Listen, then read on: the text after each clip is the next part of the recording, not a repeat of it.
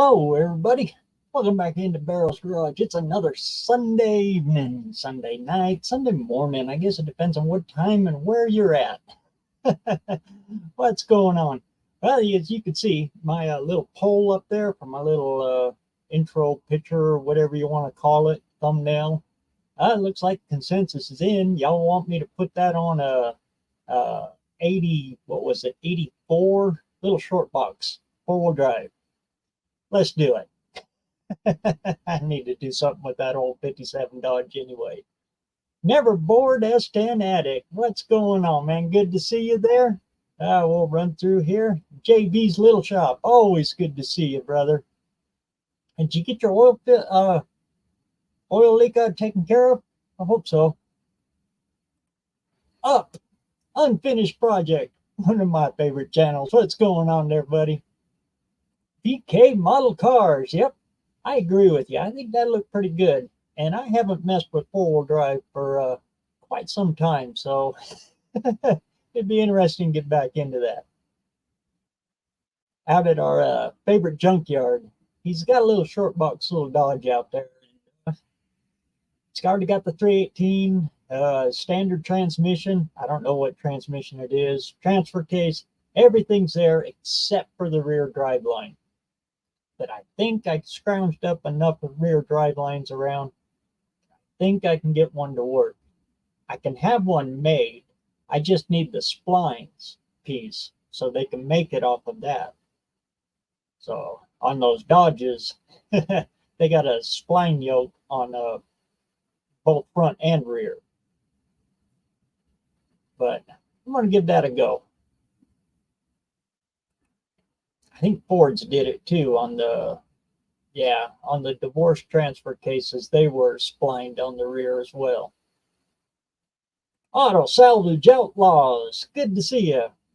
Actually, that truck has got one in it, but well, Walt picked it up with the forklift and didn't take the driveline off of it. So it's a driveline. It looks like a U-bolt, and it mangled it. So I got to find another one. Justin Hill, just north of me. Good Lord, we're getting pounded with the snow. Well, it's let up a little bit now, but it's a coming still. Dean Stevenson, our friendly Kiwi. What's going on, Dean?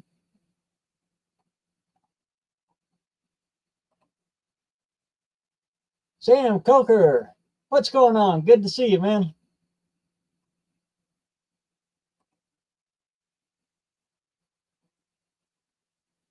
So that's everything that I got going. I just got back home from my dad's place. I had to go out and he's got a bunch of those temporary garages that he puts over all the hot rods until we can get a full enclosure made for them. Well, the snow gets piled up on them. You know, they're just those cheap Harbor Freight portable garages. Snow gets built on them pretty good, so I got to go under there and push all the snow off of them before they collapse. So I just got home from doing that. He's laid up in the house. He hasn't left the house in a month now. That's just eating him up. In fact, the last project me and him did out there was well, see how good y'all are. Can you see something different in the office here? I'll just leave it at that for a little bit. Now, then I'll cue you in on what we're doing, because it's also going to be given out to somebody at this year's No Name Nationals as a major award.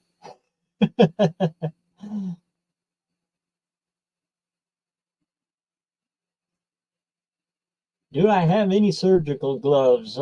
Yeah. I like gloves too, but I kind of remember that from before, and we'll just leave it at that. Okay, Sam? The baby shirt is gone. Close, but it's still there. You can see it hiding right up there.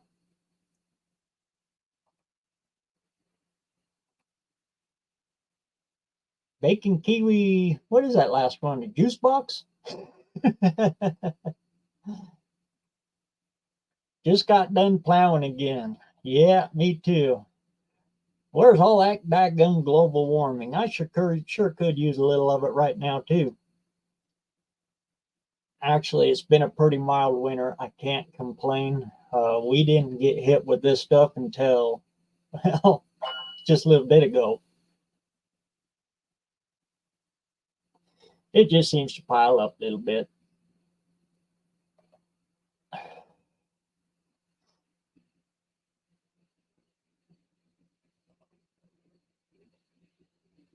Yep, very happy. Thanks.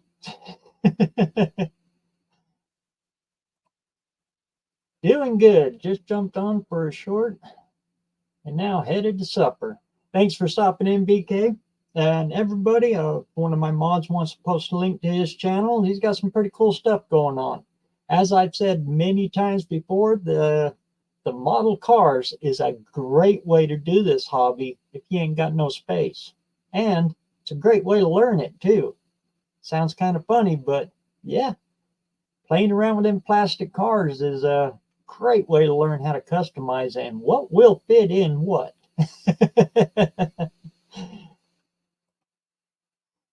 I love some of the work you guys are doing with them. It's just downright amazing.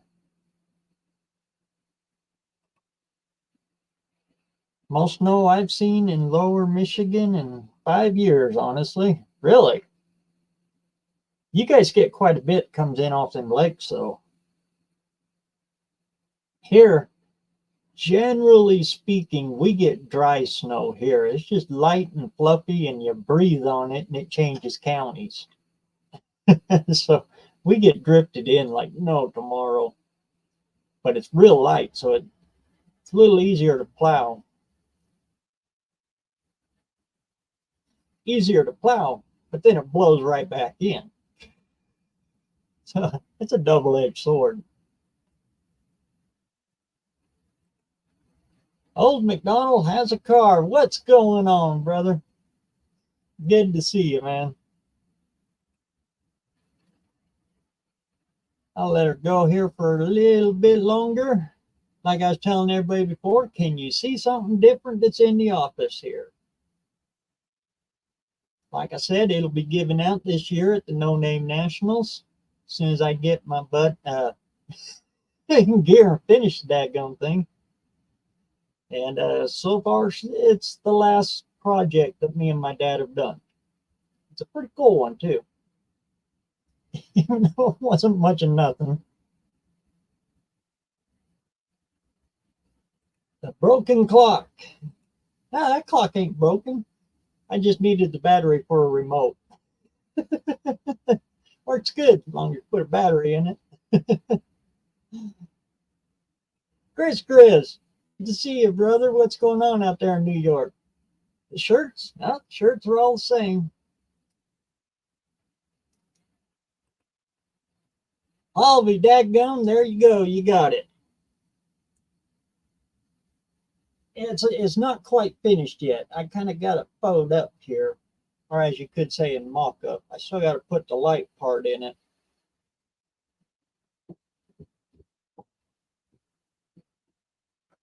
I'll set that there for a second. You can see it's a camshaft out of a straight 6 with the timing gear on it. And we took a bunch of leftover nuts and bolts and made up a little hand there holding on to it, and a rod out of a 401 Chevy. That's a 401 Chevy rod. Kind of looks like an arm there holding it. And then up on the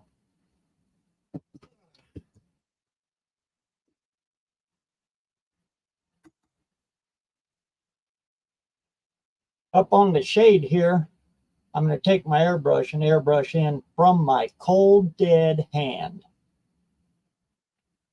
But I'll be giving that away at the No Name Nationals. Actually, I'll be boxing it up and sending it off to Mr. John Wilburn just in case I can't make it to the No Name Nationals.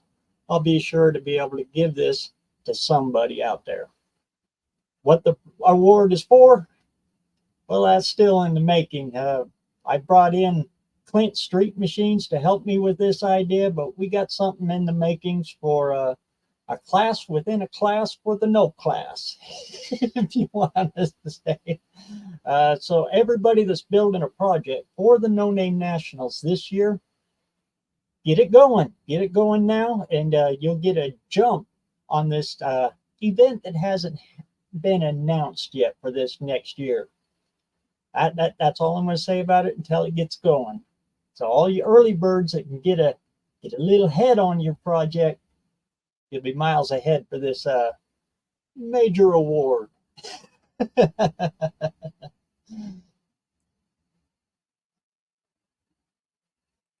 Busted Radio Garage. What's going on, man? I caught your live that was on a little earlier when you was going through and doing your summit order.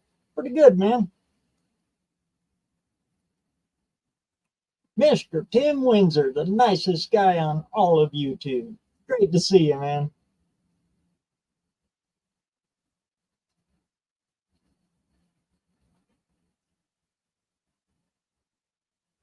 Let's see. Oh, I got to do some house cleaning here. We'll end that poll. That was just up there as kind of a prelude to the whole shindig here. It's kind of hard to see what cab I'm talking about if my ugly mug is on here.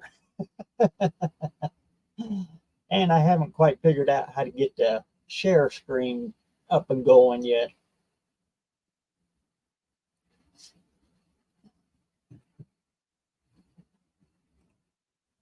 Thanks a million for that, John. And it's been a real pleasure to work on this, even though I've only worked on it for just a little bit. I drugged Dad out to the shop and sat him in the chair, and he kind of gave me pointers and ideas as he's going along.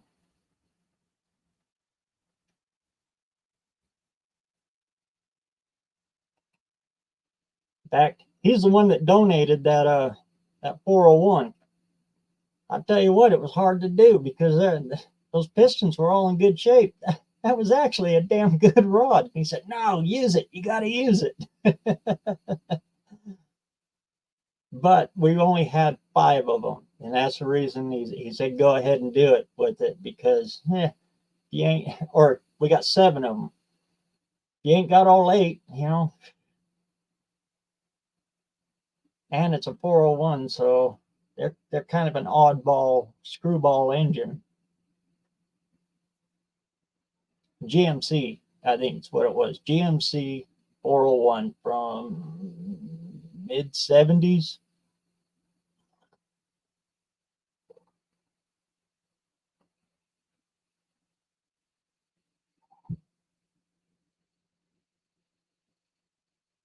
Yeah, we went out to the shop that day. I dragged him out there, sat him in the shop, warmed it up, and we kicked on the welder and stuck that all together. But unfortunately, shortly after that, he went back in the hospital again. He's got like I told him today, he's got a rear main leak. And they had to give him 2 units of blood. He was passing out and stuff, and they went in and cauterized a bunch of stuff and trying to get the bleeding under control so they can go back in because he had a stroke prior to that. But he's got all his feeling back in his face. He's doing pretty good, but that really took a zonk on him.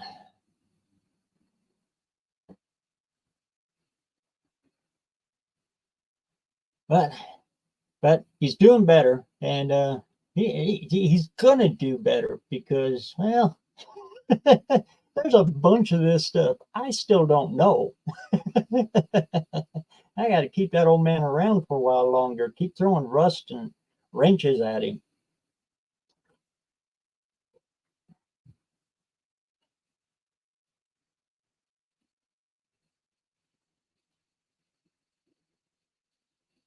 Who else we got here? There we go. Good to see you. Oh boy, I'm gonna butcher that name. I'm sorry. Miro Rider 27, yeah, Motovlog 2.0. I hope I got your name in there somewhere, right? Good to see you, man. I sure appreciate it. Mopars, Mustangs, and minivans. What's going on, man? Good to see you. Cousin Mike brought those over for me. He said you sent a couple extras. Send them over my way. I sure appreciate it, man.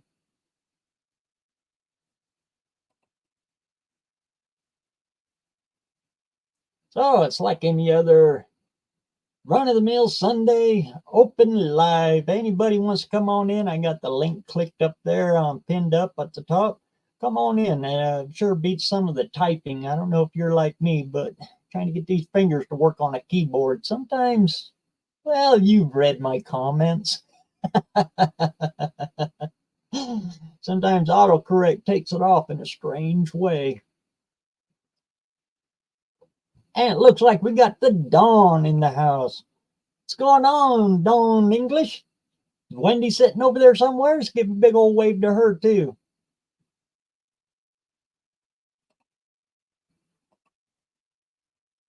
John, the show car builder. Great to see you, man.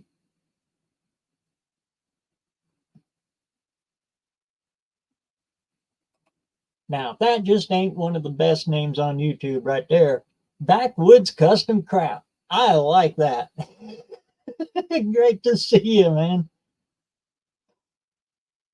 I remember a couple of your videos there. I'm way behind on videos, but I do remember a couple of your videos, if I remember right. If any of my mods want to post out a link to his channel there, go check him out. He's got some pretty cool stuff going on.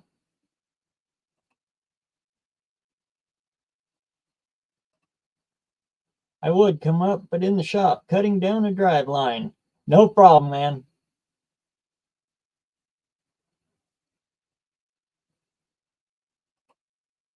There we go. Oh, I butcher your name every time I try to say it. Strain Relics? Great to see you, man. And all of you that haven't checked out his newest video, go over and check it out. My hearts and prayers really go out to you. My dad is going through the exact same thing. And it's a year from where you're in right now, but hang in there, man.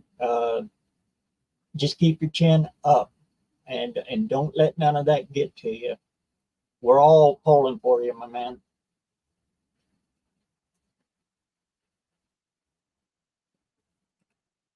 And it's great to see you.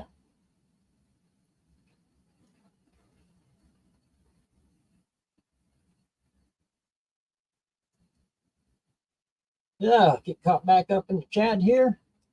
Max Wedge Dick Dastardly. What's going on? Great to see you.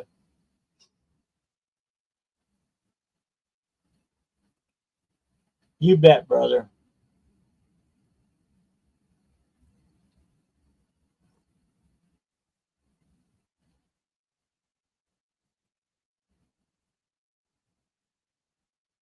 There's Colleen and the half pint. What's going on? Great to see you. I seen Triple M is up floating around in here somewhere too.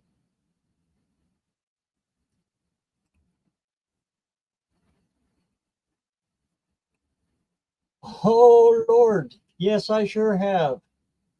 Oh, that used to be a extremely cheap hobby, but I noticed about the time that well, it started with all the box stores, carrying model kits, Kmart, Walmart, all those. Well, they kind of drove all the little hobby shops out of business. Hobby shops used to be where I used to get all kinds of model kits, but the big box stores drove out the hobby stores, and then the box stores quit carrying them. Ah, so they got hard to get. And when they got hard to get, now that they're reintroducing a lot of these kits, they're daggum expensive.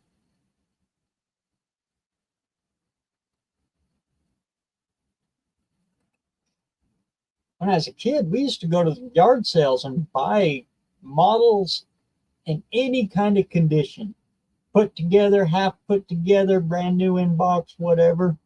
And we just kind of created our own junkyards and made our own stuff out of all of the kits, just kind of mixed it all together. It was fun. It was like going through the junkyard.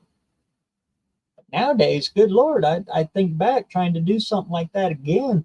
Whew, that'd be dang hard with this deal. Custom model kits now.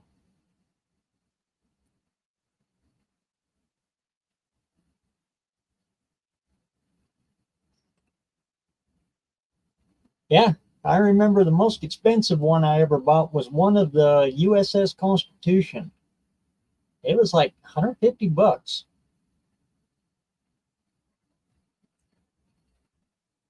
That was a fun kit. Old sailing ship, old Ironsides.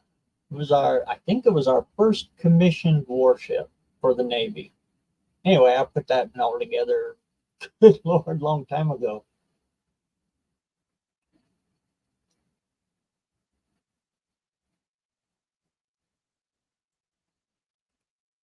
Oh, amen to that. Don't ever throw anything away. It's all got purposes. Heck, with those old model kits, we used to take the, what do they call it? The flash frames that, the plastic that holds everything together. We'd just take and cut them apart and make roll cages out of them. We didn't throw nothing away. And it stuck with me my whole life. If you look out in my yard, yeah.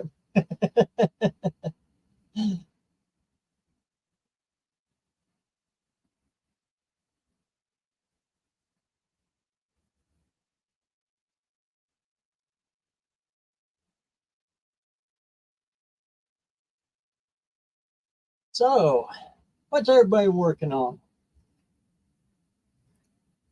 One of these days, I'll get my butt back out in the shop and start working on the 58 again.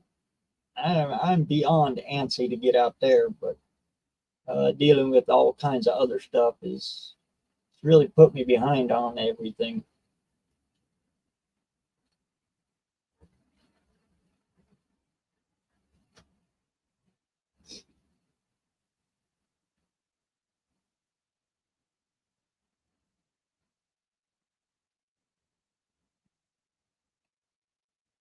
Sweet, JB's got a pair of gloves going your way, it looks like.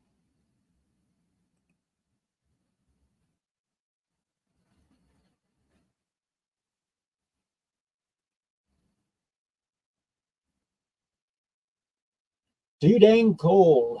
Boy, I hear you.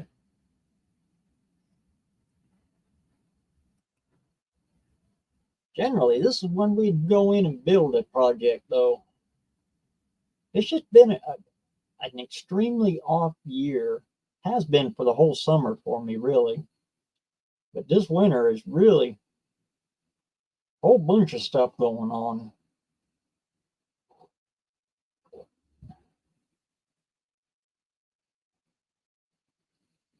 Getting stuck in Utah for an extra week and a half wasn't on the schedule. That was for dadgum sure. Kevin's Rust. How's it going, neighbor? That was pretty cool. We was on a live, whose live was it?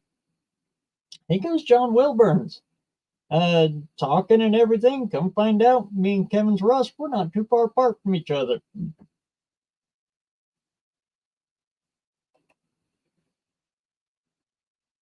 And we're from a state that most people can't point to on a map.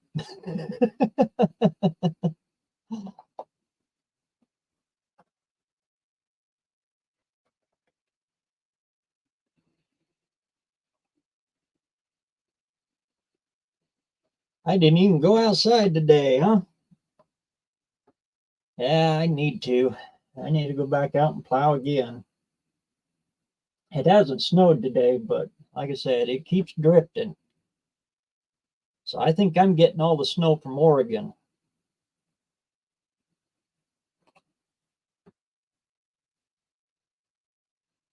All I did today was drain my antifreeze, That looked weak. Both of the Valiants, huh? If we get enough snow, I'm going to terrorize the town tonight in the side-by-side. I tell you, one of my favorite things is coming home in that little tractor, using the steering brakes, coming around there. Oh yeah, I just have all kinds of fun coming on home. Slide that sucker sideways and walk it, walk it in the crab.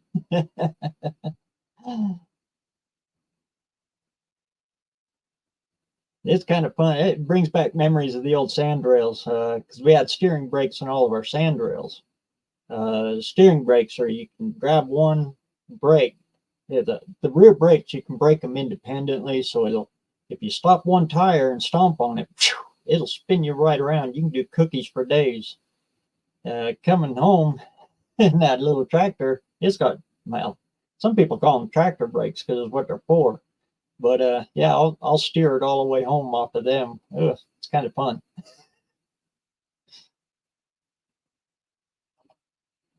Even my dogs just want to go outside, only to do their business, then run back inside. I hear you. My little shop cat, Eddie. Oh, good Lord. He sits and stares out the slider glass window, and he acts like he wants to go outside. I open the door and he just looks at me like, make this go away. Make it all go away. He doesn't know what to do because he lost his backup. We had a big Belgian Shepherd, Malamar, I can't pronounce the name, the black ones. And him and Maggie were best friends, ultimate best friends. They did everything together. This little bitty little black cat and this great big Belgian Shepherd, and they'd run all over and raise hell all over in the yard, chasing skunks and chasing raccoons and mice and stray cats, you named it. But Maggie, she passed away right after we got home from the first No Name Nationals. And ever since, little Eddie, he's been he ain't got his muscle no more.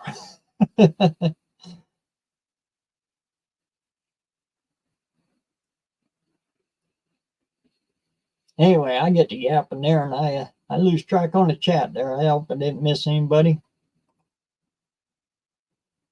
Heads are now bare, preparing to port them. Currently working on my Wyand tunnel ram. Sweet, that's what I got.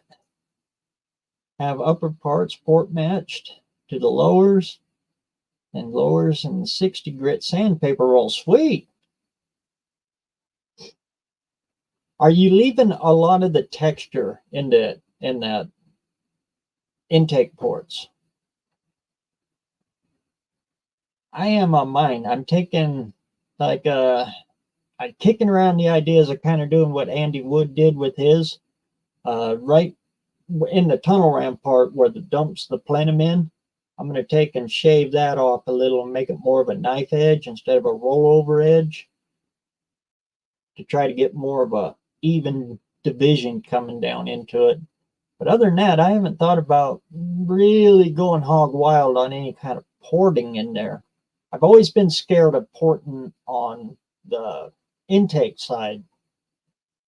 I know if you get them too smooth, yeah, air likes that little tumble in there.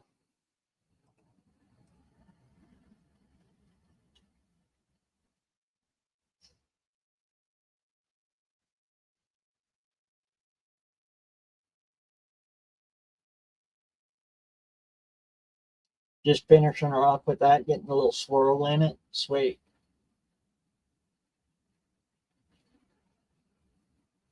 That's the nice thing about a Dremel, is you can turn that speed way down. I've got a die grinder, but that and the Dremel, you can get that flex head. It kind of helps to get in them tight little spots and that combined with the ability to really slow it down. My die grinder is pretty good size. I use an electric one, cheap Harbor Freight one at that. but it's a little hard to get down in there. And you can turn the speed down on it, but yeah, even at the slowest speed, it's still pretty quick.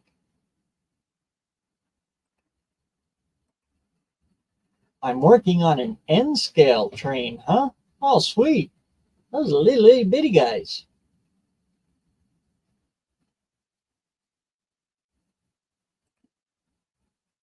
Can valve grinds be removed? Or valve grinds. Thinking about that. Can valve guides be removed with a shop press? Or do they need to be drilled out? To tell you the truth, I take that in. I have a really good head guy that does all of that stuff for me.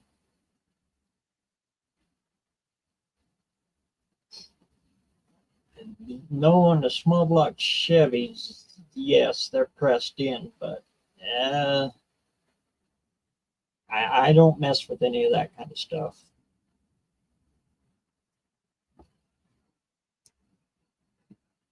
About the most I've done to heads is a gasket match and hand lap in the valves, changing valve seals. But when it comes to anything else, I take it to the machine shop for it.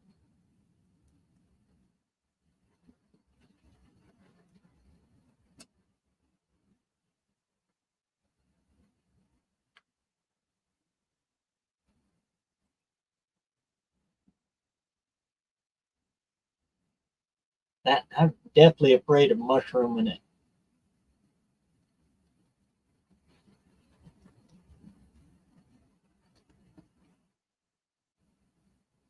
One of these days, though, I am going to take a set of those D3 heads because I got lots of them.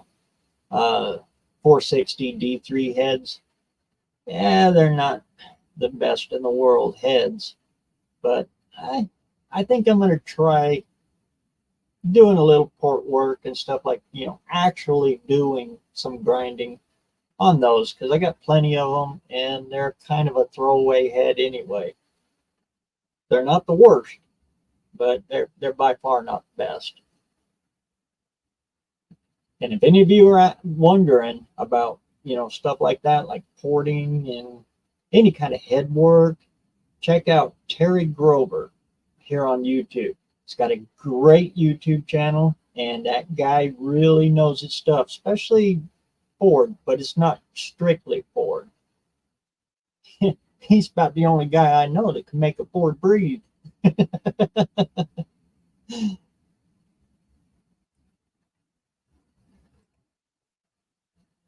There you go. Valve guides can be pressed out with and in the press, but you need precision reamers. Yep.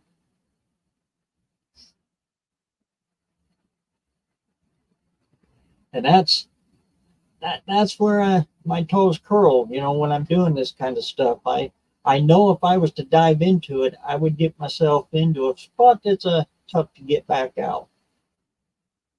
So I leave it to the experts like a JB and Terry Grover and Performance Machine in Idle Falls, Idaho. There you go, Alden. I stuck one in there. I know you said hold off on that, but I let it go for a few minutes here on my live.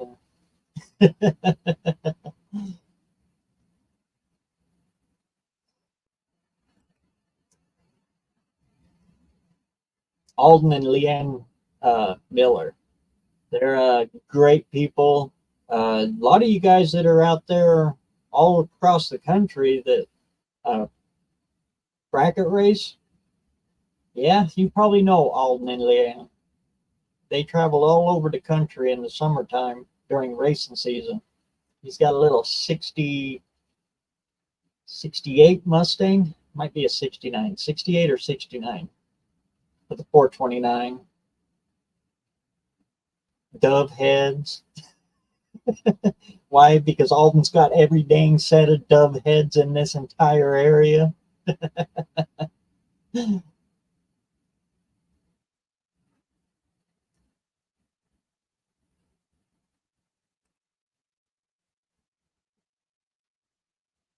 Really paid attention to the dog leg. if the intake port took the corner out considerably. I noticed that on mine, on that big block Ford, my back two and my front two.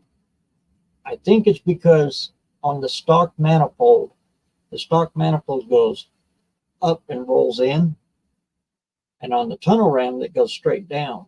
When I set that tunnel ram in it and I look down in it, I do have a shelf down on the bottom runners.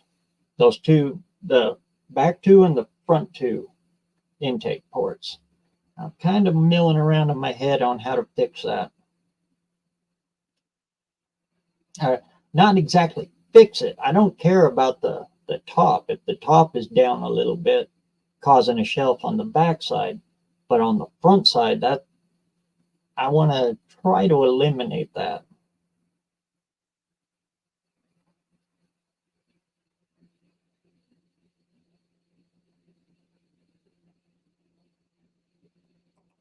Yeah, he's another good channel too.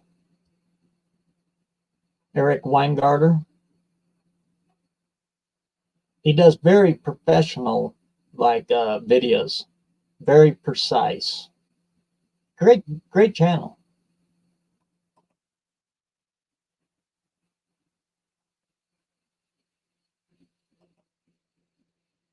If I could replace them myself, that would mean I can just do about anything.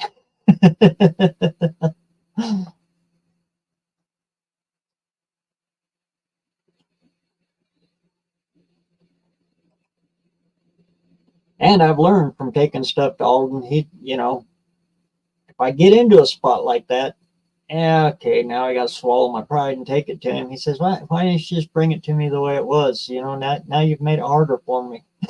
That's going to cost you a couple bucks more.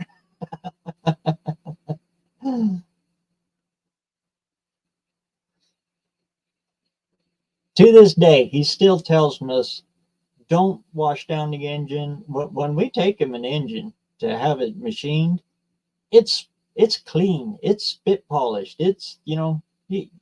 His guys always laugh, said, "Oh man, I don't even have to put gloves on for this thing," because we clean it all up and take it all apart, and give it to him just so he can do the heads and the block, and then we get it all back and then we assemble it.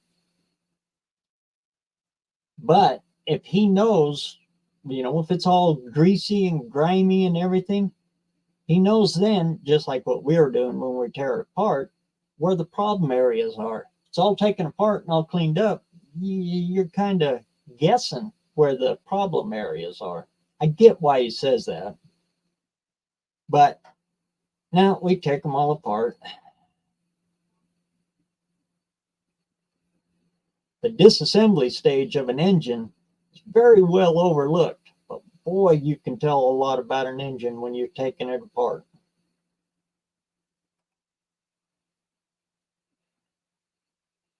No, I already got that one there. They have my engine now? Oh, Performance does? Oh, daggum. You're going to beat me. Alden's got his hands and fingers in there. You're going to beat me.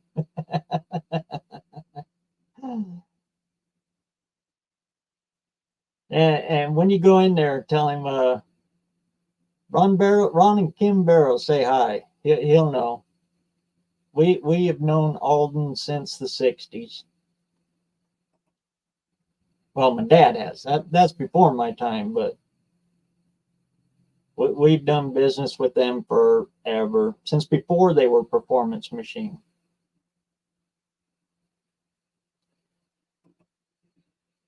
Fords and Mopars cost too much to build.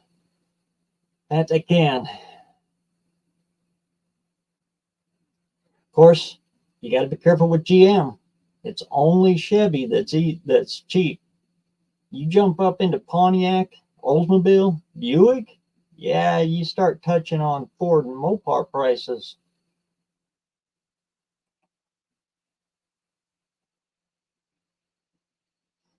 But like I've told everybody too, and it's pretty true. They're all about the same amount of money, about the same amount of money to rebuild stock. Now, changing them from stock, that's where the prices really start jumping. Chevy's just got the corner on the aftermarket, and everybody does a Chevy. So they sell lots and lots and lots of them. Mopar, the old saying is pretty true. You know, you pay for that Mopar star.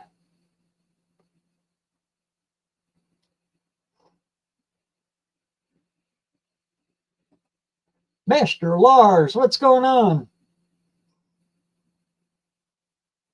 Doing my best, keeping it warm in here.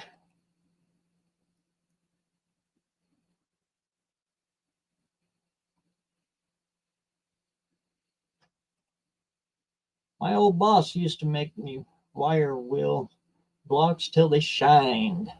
Yep. Then I learned easy off.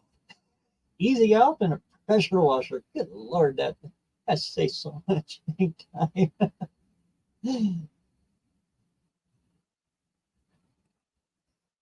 Actually, there's another one that works arguably better than easy off, but I don't do it on my channel because, well, it's a little on the danger side. But gasoline is a universal solvent. Just don't use it indoors, and it makes your driveways kind of stink for about a week or two.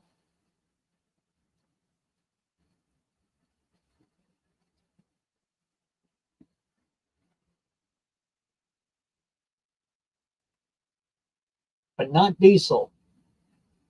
I know a lot of people use diesel. Well, it's because it's safer than gasoline. But diesel, if it's any kind of surface you're going to paint afterwards, diesel leaves that oil residue. And especially in cast iron. Cast iron is like a sponge. It likes to suck that right into it. And after you run them for a year, maybe 2 years, your paint will come off in chunks. If you use diesel to try to clean up stuff, clean up parts and heads and anything like that. I I don't use diesel to clean my parts with. Mineral spirits. That's basically what's in my parts washer is mineral spirits, but it doesn't leave that residue. It dries away.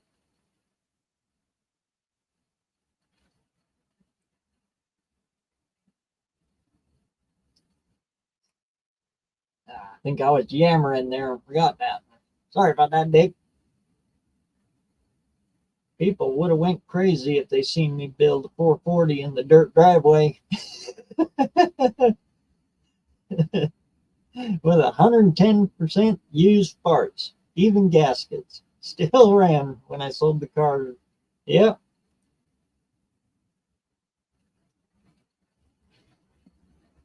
And you know, if you're building stock tolerances are actually pretty big. I'm talking regular engines, like a small block Chevy, a 440, you know, none of this modern stuff. You go back to the real, you know, hardcore old school stuff, tolerances are so varied and so wide, you can get away with doing a lot of stuff. And a clean room doesn't always mean a dedicated room with climate control in it. You can make your own clean room with a hefty garbage bag and do it outside in a dirt driveway. You just got to use your head and don't, you know, drop a piston down in the sand and roll it around and stuff it in the hole.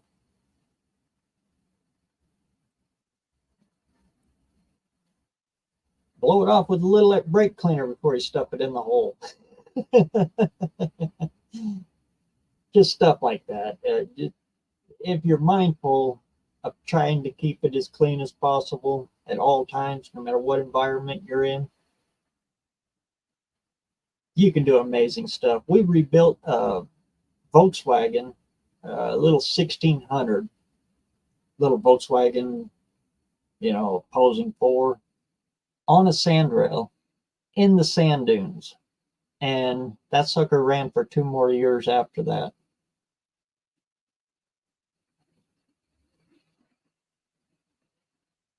He dropped a piston, and we just so happened, dropped a rod out the block. We just so happened to have another set of jugs on a Volkswagen. You can do that.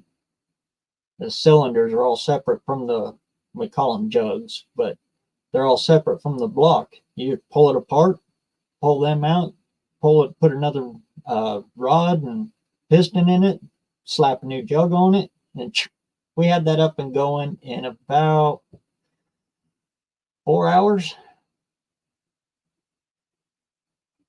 If I can figure out how to get VHS to transfer to video like this, digital, we actually have a VHS on that. Back in the old days when a camcorder was the size of a small block Chevy.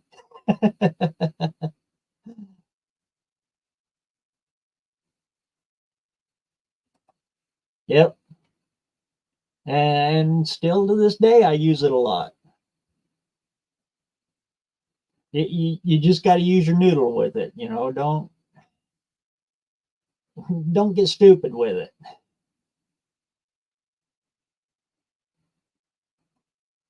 Biggest mistake I see people doing with it is doing it inside of a shop and then closing the doors and walking away from it. Outside though, or well ventilated area, I've used it a lot of times. Heck, a lot of gas that I pull out of these old gas tanks that's brown, I'll use it for parts cleaner. It's in a bucket outside the shop though. Yes, cast iron is like a sponge. Yep. I cannot believe the water that sweat out of a 413. It was like heavy sweat tears. Recently, I've never done it before. My first attempt was on this 385 I'm doing now. But I never would have thought of it until I watched Uncle Tony when he was taking the nap gas torch over it. Oh yeah, you sweat that block out. I had it all prepped, all ready to go. And generally speaking, my paint holds some. I easy off it, and then hit it with the wire brush, and then I wipe it all down with acetone, let it dry, and then I paint it. Or I prime it, then I paint it, then I clear coat it. But watching Uncle Tony, he heated it up with a torch. And I decided to try that. I hit that cast iron with that torch, and you betcha that oil, you could see it just bubble out and burn away from there. So yeah, I used a full bottle of nap gas, which ain't cheap anymore. Good Lord, they want a lot for that yeller bottle. But I'm gonna see how well it works. Took an extra hour on the prep on that block, but I'll see.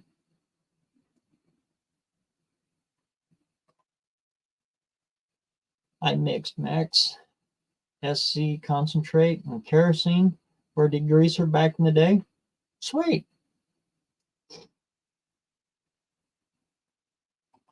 Kerosene is another one because it's real close to diesel. But if I remember right, kerosene is mineral based on the oil side of it. I had to dig around and scrounge up 8 pistons and rods the same.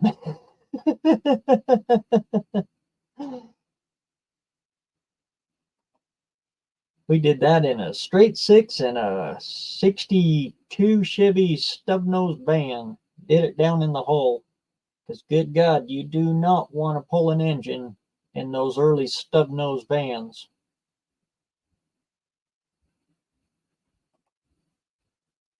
I remember having to pay more simply because it was magnesium. They were matching just to notch the case for some more rod clearance. Oh, cool.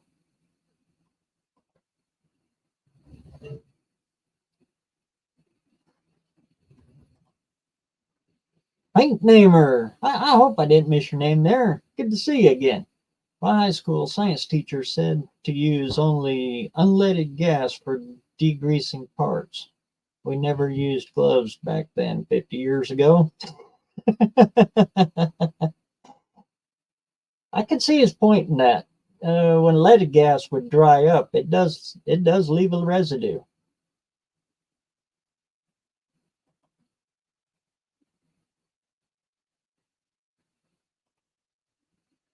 I cleaned carbs last night with a spray bottle full of lacquer thinner.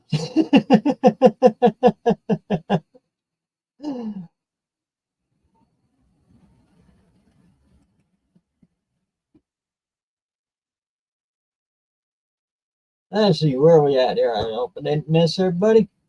Hey, there's Cousin Mike. He's out there doing his good Samaritan duties of the year. He's out plowing everybody's driveway with that little hot rod geo tracker. I almost called it a Metro.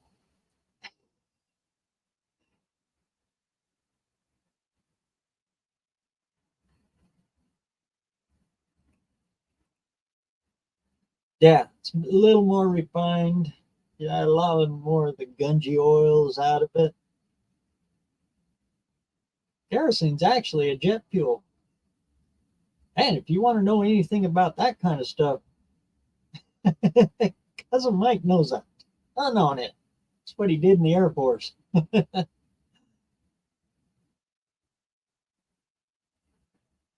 He was the NASCAR pit crew for the United States Air Force.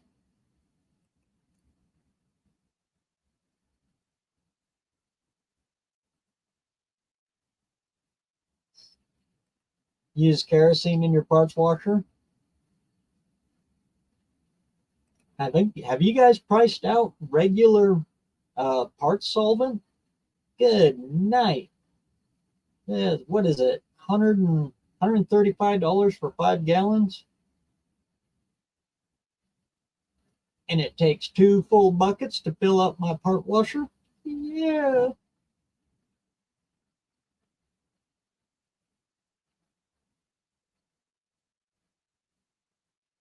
And mine's getting pretty low. It slowly evaporates off. It's down to the point now that the pump won't pick it up to run it through the nozzle. So I just use it as a soak tank and wash it that way because I can't bring myself to buy another 5 gallon bucket.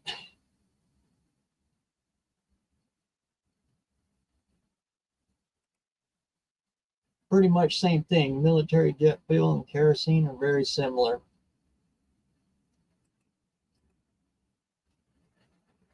I got some parts cleaner from a diesel place, PB Blaster. That stuff cuts everything. Been in the tank for 2 years and it's still kicking.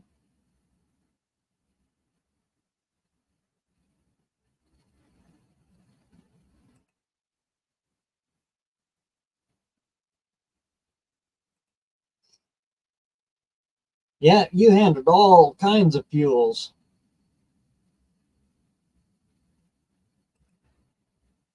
Speaking of aviation fuel, good Lord, I wish you could still buy that. Here in Idaho, anyway, they've cracked down on that stuff something fierce. Used to be you go to the airport with a couple of gas cans. You couldn't put it in a vehicle because there's no road tax on it. That's why they do that. But you couldn't put it in a vehicle, but you could put it in gas cans, and you had to sign this little thing saying it was for off-road use only. Which, if you're running that kind of compression that you need that kind of stuff, It's pretty much for race purposes only anyway. But now they won't even do that. Now you've got to have a pilot's license to get it. And it's dang hard to get, to fill some up to in a gas can to take someplace.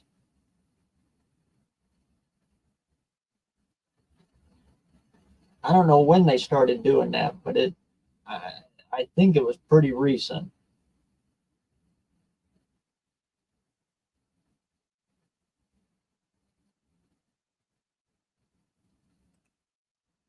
Put a couple bricks in the bottom of the tank.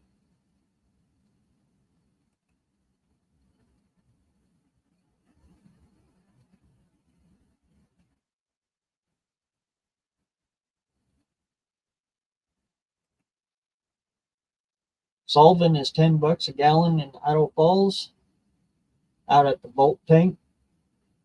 Is that just the mineral spirit stuff?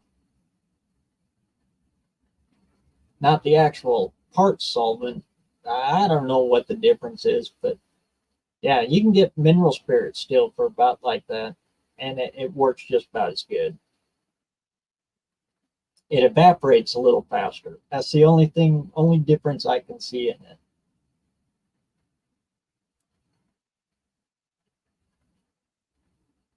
And when Dad had his shop, up and rolling good and doing business all the time, we used to take the part solvent, one bucket of it and one bucket of regular mineral spirits, mix it together. The solvent, the regular solvent, would kind of float on top, keep the mineral spirit from evaporating, and it was cheaper.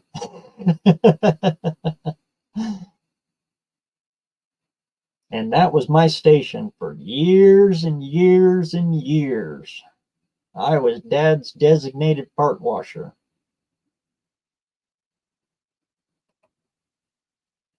And it's funny too, because the parts guys, the truck, tool truck guys, and all of those that come around to shops all the time, back when I was there, they'd always try to sell him one of those fancy parts washers, steam washers and that.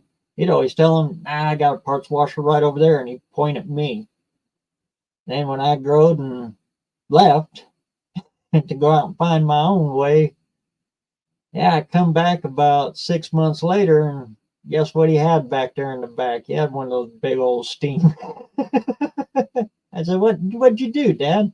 You had to wait for me to leave to buy another parts washer? It was a good one too. You could stick a whole engine block in it. It was nice. But we ended up trading that off for a 67 Impala SS wagon. God, we should have kept that. Had the 396 in it.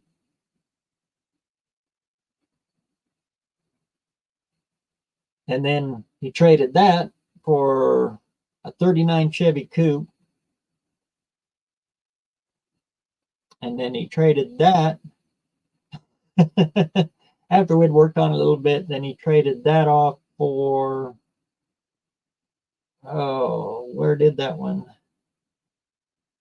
I think that one ended up being the 39 sedan that he's running now.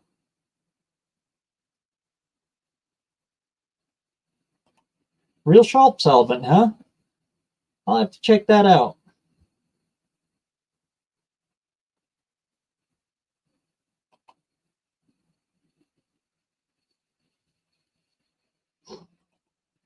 I'll stick with old school small block Chevy, and you can't go wrong there, my friend. By far, they are the easiest and cheapest to do.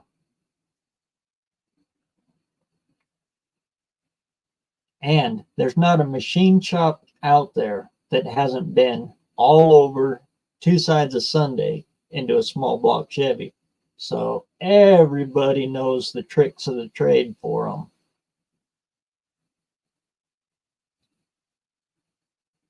An FE Ford, even though they're pretty common, they're kind of old, and not a lot of machinists know the little tricks to them.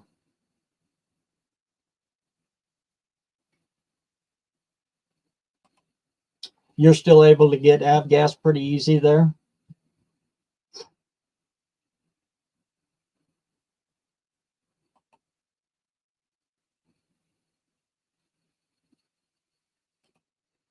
Blackfoot's down to 277? No way. Blackfoot's always higher than us. I just went and got gas in the Lights car yesterday, and it was 289, I think, is what it was for premium.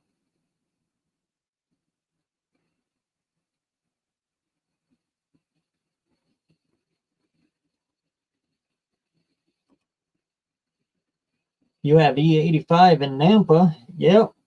And salmon. There's one pump in salmon. I know which one you're talking about. It's just on the other side of the bridge. And Lewiston. Lewiston's out in the middle of nowhere.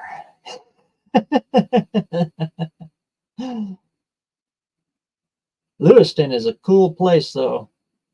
It's also where CCI Blount is.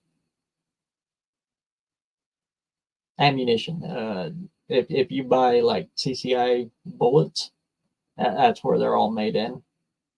And paper, lots and lots of paper. There's a huge paper mill in Lewiston. But we used to have E85 at in Idle Falls too. There was one gas pump that would carry it. I wish we could get more of it, because I really like what you're doing. Oh, and speaking of which, again, everybody remember my video on octane and that? And I was talking about alcohol and everything. This guy right here, one of my mods, stick his link to his channel up there if you guys haven't subscribed to him and checked him out. This guy knows his stuff when it comes to alcohol. Here, well, we kind of get in trouble if we're running it on the street. But yeah, if you're interested in going alcohol, E85, check him out. He even knows how to make it himself.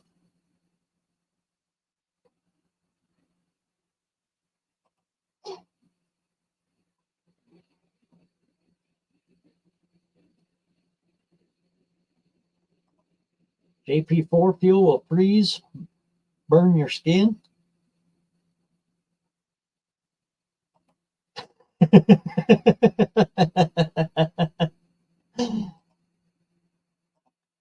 Small block Chevy will fit in the Harbor Freight parts washers. Yeah.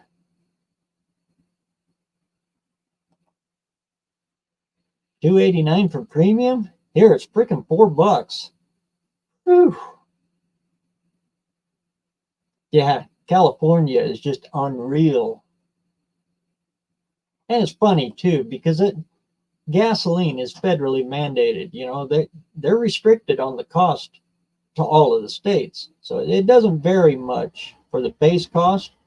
But then once the states get a hold of it and start throwing all their taxes on top of it, yeah, it gets kind of wild and crazy.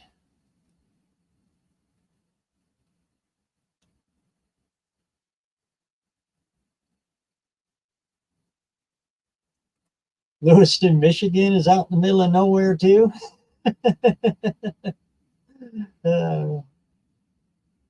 Here, it's right at the end of Hell's Canyon. It's where the Salmon River meets up with the Snake River. And it's, by the time it gets into there, it is a violent river. If you're ever passing through that way, check that out. It's and book a jet boat ride through Hell's Canyon with Tony, starts with an H, Pulverson. He runs jet boats up and down runs the rapids for you through Hell's Canyon.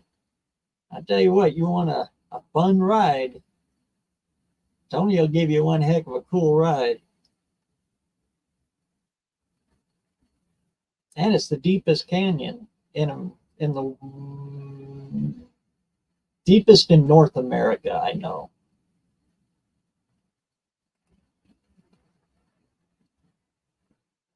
The deepest part of it is almost 1.5 times deeper than the deepest part of the Grand Canyon. But it's a real narrow canyon. The Grand Canyon is really wide.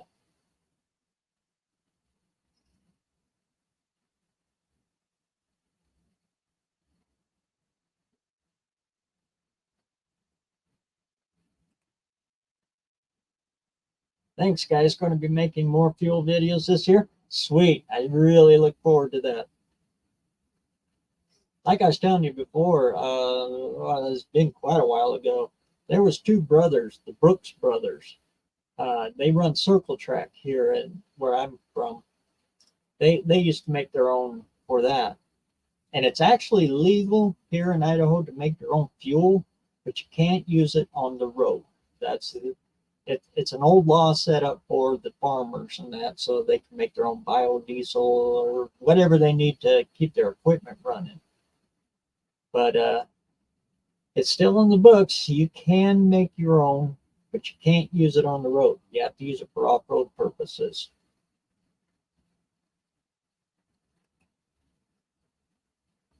Well, I'll be dadgum. Big Mike's Hoopty Burn. What's going on, brother Hoop? I guess you're bringing the Green Goblin, huh? Huh. You're going to be bringing a nice, shiny one to this year's No Name Nationals? Great to see you, man. I started to see that old first gen Charger go, but yeah, I understand, and I'm glad it went back to the original owner.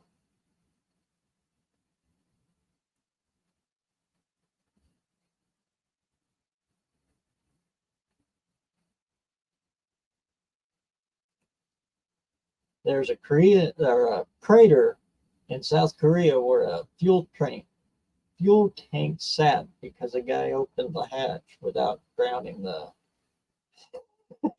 and made a static spark. Oh,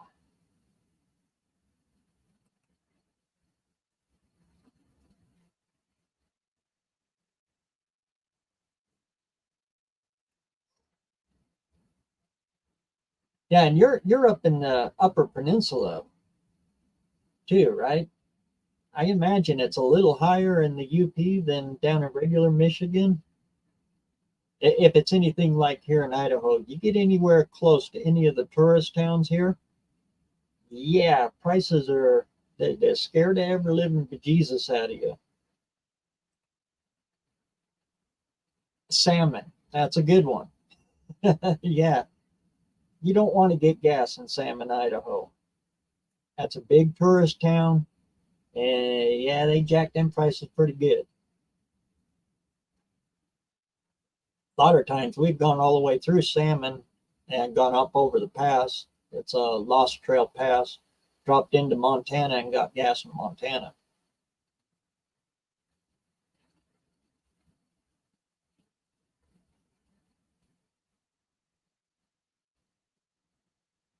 But right there in Salmon, Idaho, too, if you ever go through there, there's an Amish community that lives there, and they got a little roadside store set up.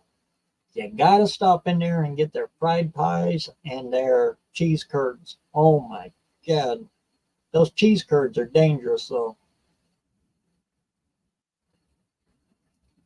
I don't know what they put in them, but it's a little slice of heaven, I swear. I generally pick up 3 bags, and the third bag's about done before I get home. I'm only about 4.5 hours from there. Then I spend the next week trying to poop again.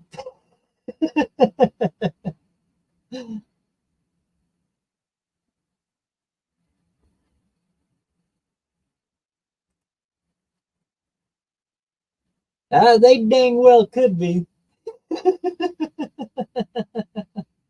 That live that you guys had going, oh, that was cool when you was over there at Clint's place. Uh, Seeing Mohawk 62. Thank you. You're in there. Oof, brain fart. Seeing Mohawk 62, Mr. Lars and Clint standing there. That looked like the Brooks brothers right there. They all had big long beards, bib overalls. Boy, those boys was fast.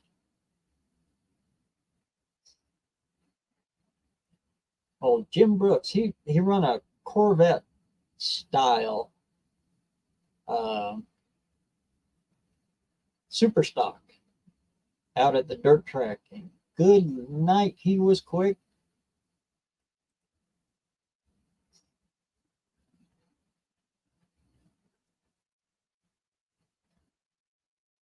I was cargo, weren't there?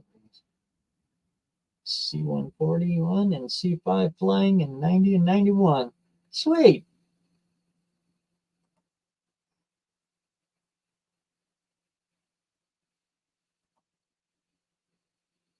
The big goblin, the green goblin ain't shiny.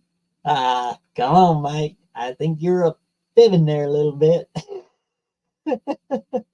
I've seen some of those goodies you're putting on there. It does. It looks really good. Did your friend ever sell that Bronco?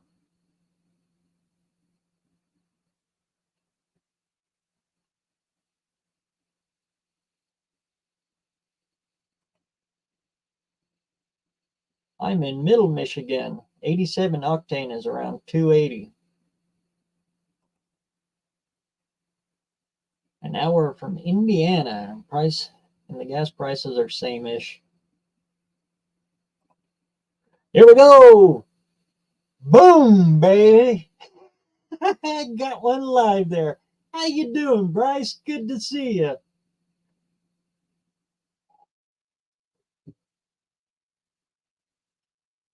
Another great channel. I hope all of you guys have checked him out.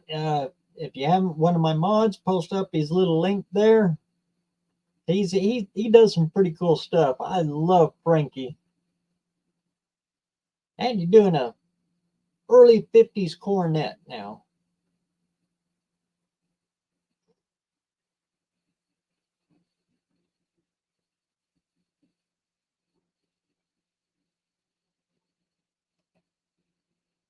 Is that a chat bot?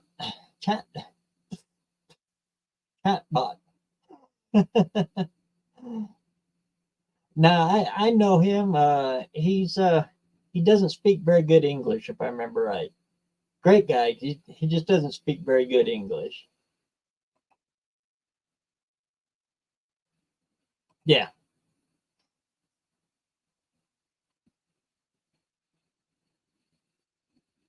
He's over there playing with the other weird stuff.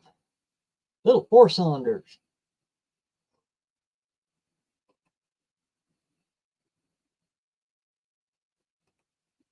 Oh, downright cold. Winter finally hit us and it punched us right in the mouth.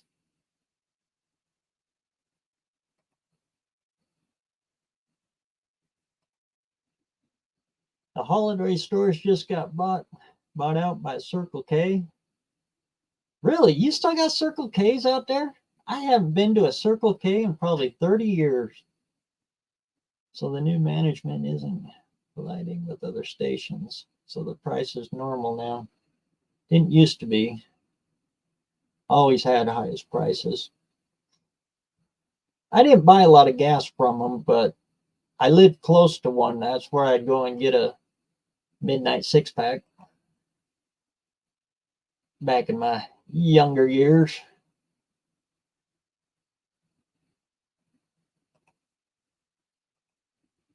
We'll never be allowed back in his house again.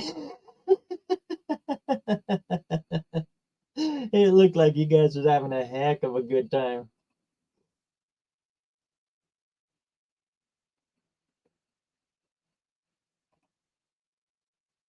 Oh, yeah, Mil. Oh, okay. I'm thinking of somebody else.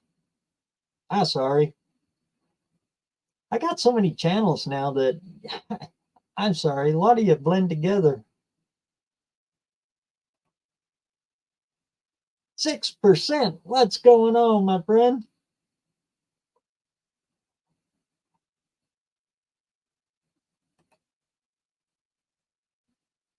Yeah, like I said, I got the little link posted there. If anybody wants to hop on in, hop on in.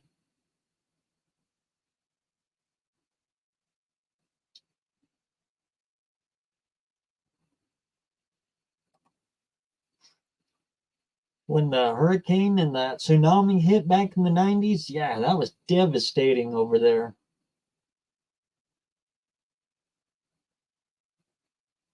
All through the whole rim got hit. Good friend of mine was in Guam at that time. And Guam's not too far from the Philippines.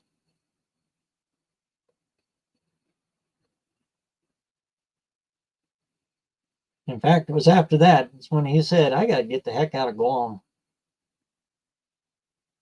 And we raised a bunch of money and tried to help him get on over here, get back home.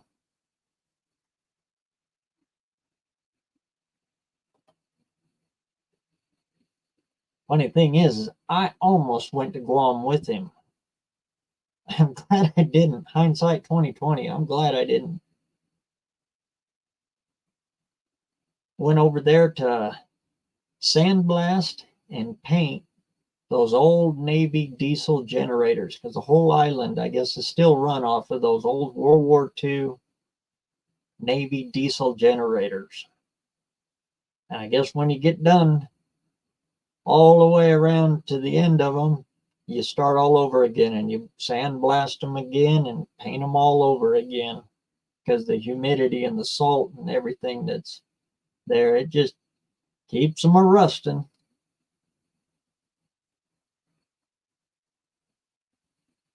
But the guy that we were going to go over there with, he disappeared and lost the contract.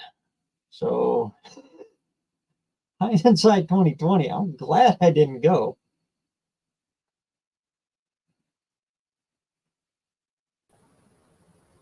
Hey, see you, man. What's happening?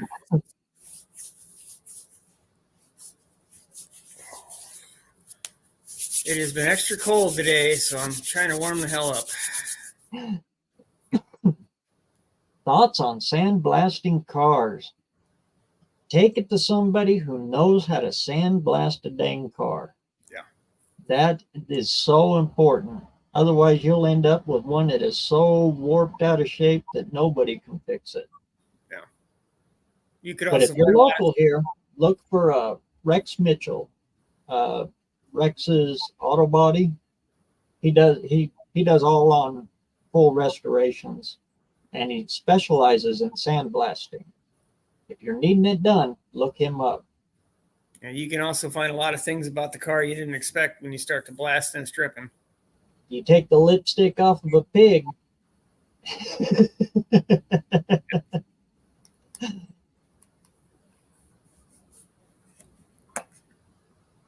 But Rex can really help you out with that if you want.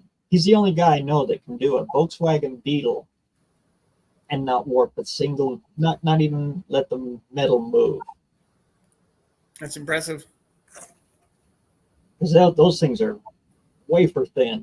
Yeah. Well, the new stuff today is what, like 22 gauge, so it's like paper. New stuff you don't even bother with. You just throw a new panel on. Heck, some of them, I've actually seen them warp in the sunlight. A black car, panel will move. Wow. They're just so thin. Oh, there you go. Then you know all about it.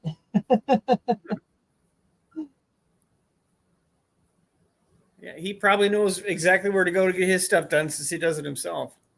Do you do it mobile too? That's funny that there's a guy that moved into my street about a year ago, and he has a mobile sandblasting unit in his driveway, and it's like, I need to go down and talk to him.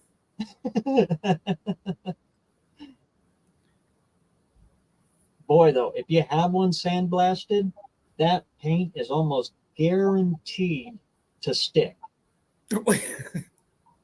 If It puts Yeah. that mechanical finger into it, and yeah, it is the only way to do it. Yeah, I'm looking more for like frames and raw material stuff more than the cars. And at least what I'm driving or what I'm building nothing is deserving of a decent paint job. So Arrowhead, what's that's going right. on? I haven't seen you in forever.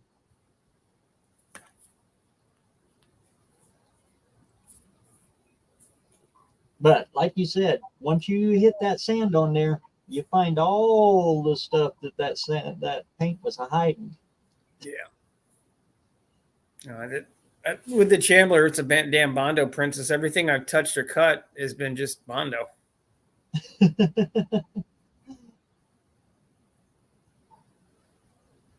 Well, since you came in, I'm going to let you have the floor while I run and grab me another cup of coffee. Okay. All right, now it's BareRose takeover time. What do you guys want to know? Let's get this going. Hey, McDonald, how you guys doing? Yeah, anything anybody wants to know about my random crap? Pretty much whatever you'd like to know. Feel free to ask. I'll try to answer whatever.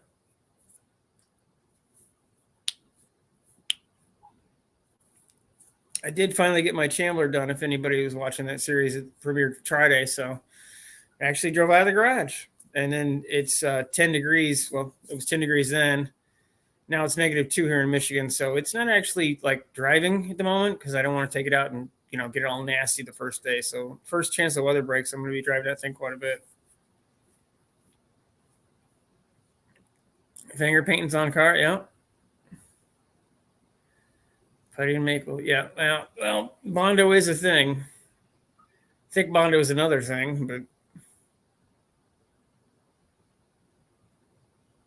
Yeah, body filler's got its place, but it's been misused for so many years that yeah, it's supposed to be a skim coat. It's not supposed to be 3/4 of an inch thick.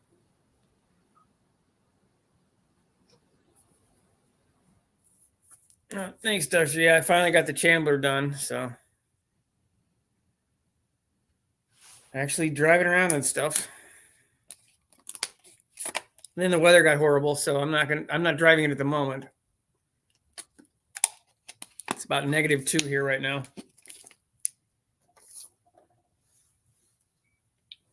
Did not get as much snow as the Dougster though.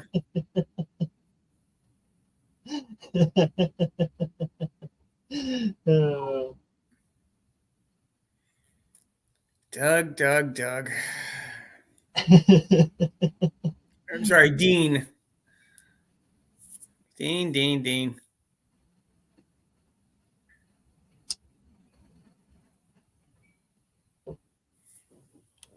What are you up to, BareRose?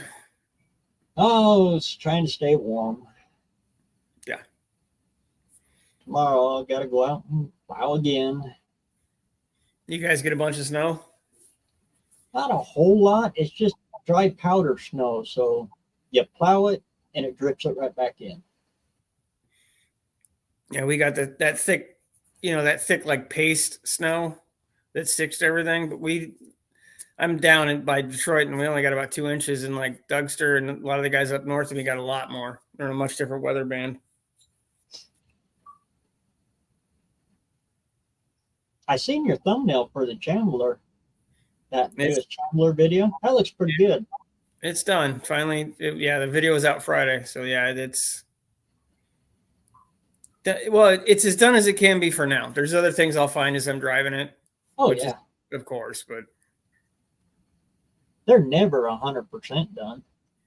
No, and as I go through and do things, I'm going to want to tweak this, tweak that, make it look more like this, do some other stuff. So, yeah, that's where this whole week is going to be the worst week in a long time. It's going to be low, 10-ish in the day and negatives in the night. So, kind of strange here. At noon, it was 8 degrees. Right now, it's 15 degrees. Yeah, it's cold, and now it's warming up for some reason. I guess take away you can get it, but yeah, that's definitely weird. It's always colder here when it gets dark. When it gets dark here, 4:30 right now with the winter, it's like it's dark and it gets so much colder. It sucks.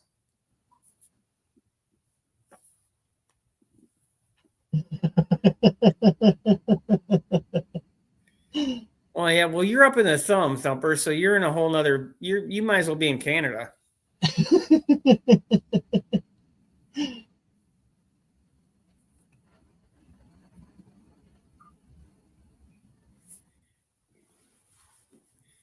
Why did the Upper Peninsula stay in Michigan?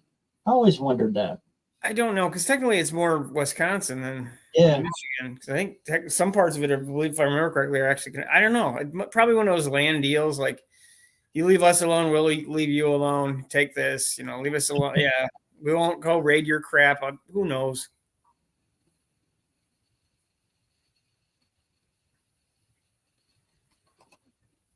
Only about 2 inches in sunshine here in Phoenix today, huh? 2 inches worth of sunshine? I'd love to be one of those people that can go west or south in the winter, but I don't have the cash for that. So, Not only that, you go down there where it's nice, and you get all the people.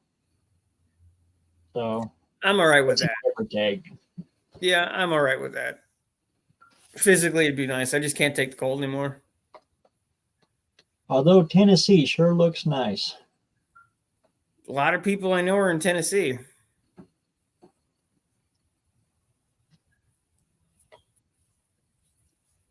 course, I really liked southern and eastern Missouri too. That seemed like a kind of a nice state. Yeah, well, when No Name was the first time I've ever been that far west or Missouri, so I'm just gonna hopefully keep going west. See what it's like out there. I want to experience this dry heat everyone talks about. Come on out, we got plenty of it. I've never experienced it. Everywhere I've lived has been that soaky, wet, crappy heat. Your skin flakes off everywhere. Yeah, you dry out. When you open a loaf of bread to take a couple slices out and make a sandwich, you got to close the bread right back up or it'll turn into a rock. That's the joys of summertime in the desert. I'll figure it out at some point. 40 below. Yeah, that's actually what they're predicting here for this next week. No, thank you.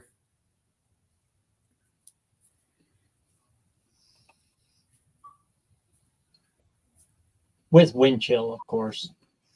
Yeah. We haven't hit a dead 40 below in, oh, good Lord, since the 80s. Yeah, and Michigan gets weird weather cycles, but I don't know if it's ever been that cold or if it has. It's nothing in my lifetime. There was a fight between Michigan and Ohio over Toledo. Who the heck would fight over Toledo? They had a lot of free time.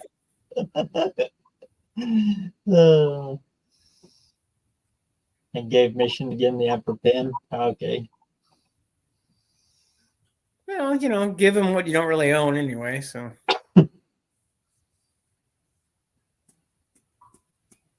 Yeah, Dexter's always good for a Michigan fact. You got me beat by a little bit there, Thumper. Just, Yeah.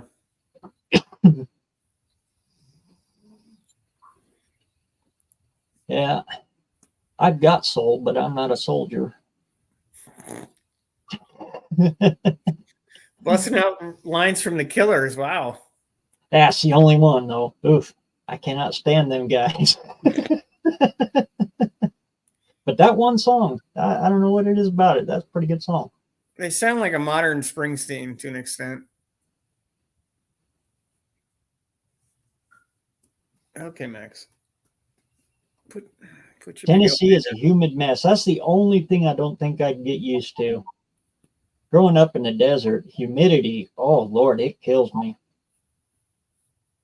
That's all I've ever known. So. It hits 40% here and it's stifling. That's great. Yeah, I'm used to 80 to 100. Oh, when I lived in Florida, it was the same temperature in the morning as it was at night, and it was the same humidity. So you'd walk out and sweat, you'd walk home and sweat.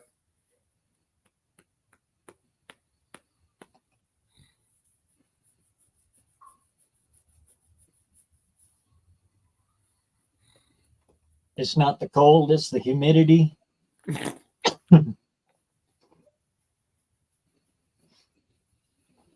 Yeah, when that wet cold wind is a lot worse than just cold wind.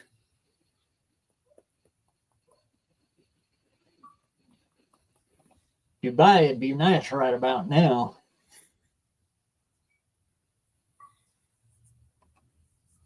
I don't know. I don't think they can get me to go over there. I don't know. There's a lot of baggage with being over there. Yep. Oh, what was his name? Richard Branson? Oh, That the real Virgin, rich the British Virgin guy. Island guy. Yeah, he's got the world's largest. He's got the world's record for speeding tickets, and he got it in Dubai. There's It a was lot. over $1 million for a speeding ticket. Jeez, there's a lot of supercars in Dubai. They have a very large car culture over there. Yeah, and they can probably read a license plate, at like 300 miles per hour. So, yeah, Richard Branson? Yeah, nail him. Yeah. It's funny because it's not like they need money. They basically have a license to print money over there. Absolutely not. There is no way I will move into that state. I want to visit California, but I certainly don't want to live there. It is beautiful. California is like a Ford Y block. That is the best way to describe it. It's a beautiful engine. It's got great potential. And then every engineer stepped in and screwed that thing completely and totally up. Just substitute engineer with politician, and you're.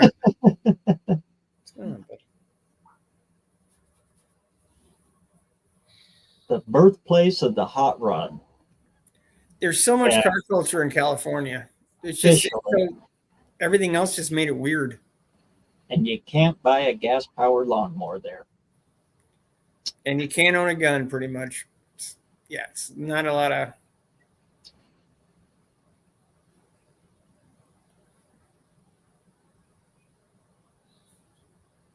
A lot of good people, though.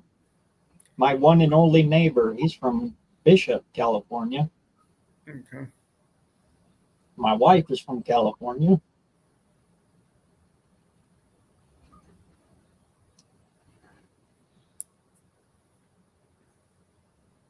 Would you put your giant head down already? Thank you.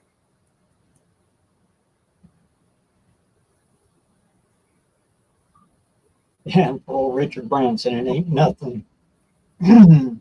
No, he'll just sell a couple more albums or a couple more cruise lines, and he'll be fine.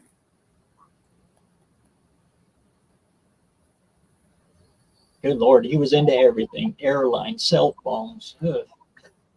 Well, he made the bulk of his money in records. Yeah, but then it's he's one of those guys that are going into space or has been in space, so at least the upper atmosphere.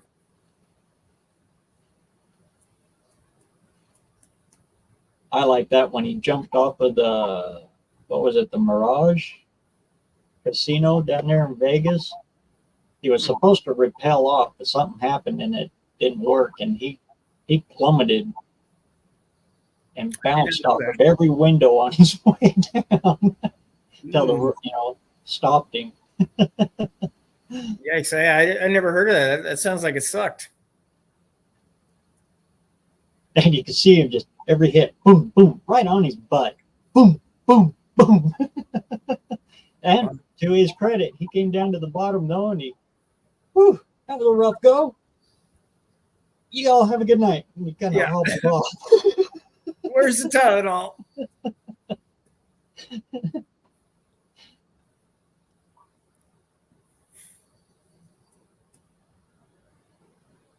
car culture in Nebraska is a hell of a lot colder, cooler, and vibrant than California or anywhere else, for that matter. I've seen that. I've never heard that one before. The car culture in California, sadly, is going away. Well, they're forcing it away more than anything else. Been pushed to the point, to the breaking point. And all the car companies are leaving. All the the third or the aftermarket stuff's getting out of there as best they can.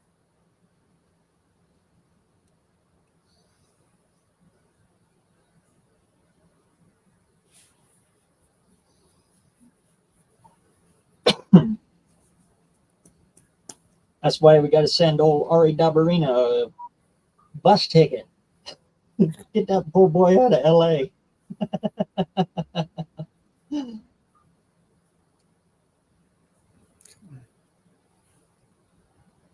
Oh, Ari, he's a heck of a cool guy. Yeah, I am kind of surprised he hasn't tried to flee yet. He has. It's just he's got family and connections and everything there. Having a lot of people left and at least gone over the border to Arizona where it's a little less crazy.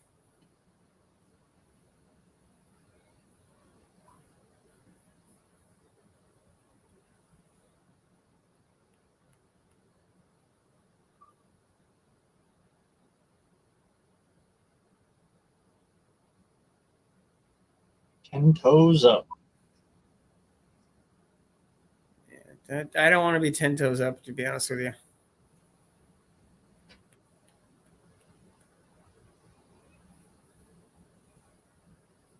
You've heard a 1320 video there from Omaha and Lincoln? I don't know of anybody in the car world that isn't. There wouldn't be a Cletus without them. Yeah.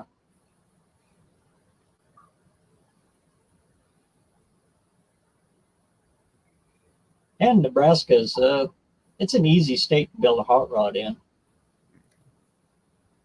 Where's that street racing show out of? That one that got all the street racing stuff so popular on Discovery? Oklahoma. Okay. I haven't watched TV in so long. I know of it, but I don't remember it at this point. Street Outlaws. I think so. Yeah, I pretty much only watch regular TV when I'm in the hospital. I haven't been in the hospital for a while, so I have no idea what's on TV anymore.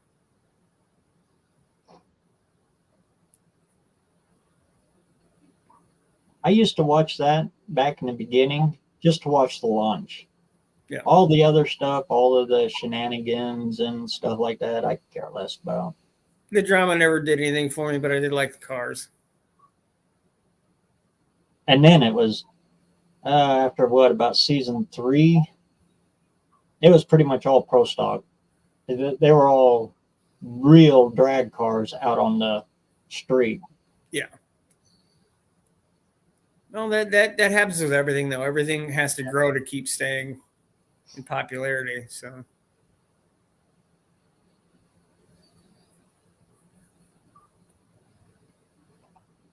Yeah, me too.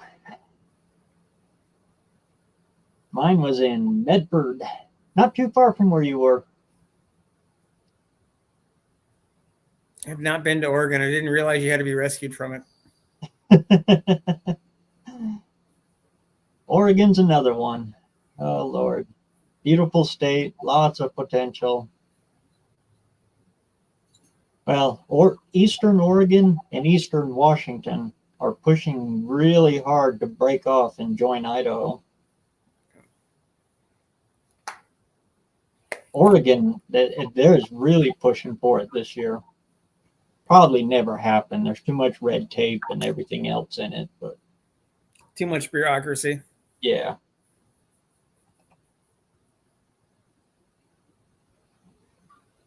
I mean, Michigan is politically goes blue a lot, but it's mostly because of the main hubs. Everything else is very much red. It's it's like most states. So you have your population center that's mostly blue, and everything else is red. And it's even with the unions, some of the card carrying people for the car unions, the line guys tend to be Democrats, and the maintenance, the tool builders, any of the guys that actually have skills, they tend to be Republicans, which is, I don't know, kind of weird. Not 100%, but it's what I found everybody I've ever talked to. Yeah, that gets me every time. They got slicks out there on asphalt. Yeah. Yeah, that's a non-prep track. Yeah, street racing. Yeah, right. Well, no, just because they probably made a street just to film on. It was a street, probably. Come on now.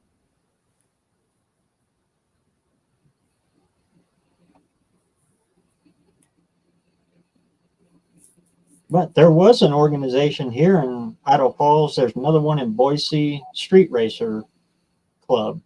Mm-hmm. But they would go to the county, they would buy the permit, shut down a street, and they'd have cops at one end, cops at the other end, and street race out there, just like those guys were doing. It's kind of interesting. Never really thought about that. Most places have that. Hmm. It's expensive, though. Yeah. The one here in Idaho Falls didn't last very long. There was street racing that when I worked out on the west side of Michigan a lot, there was certain areas that they would always try to street race.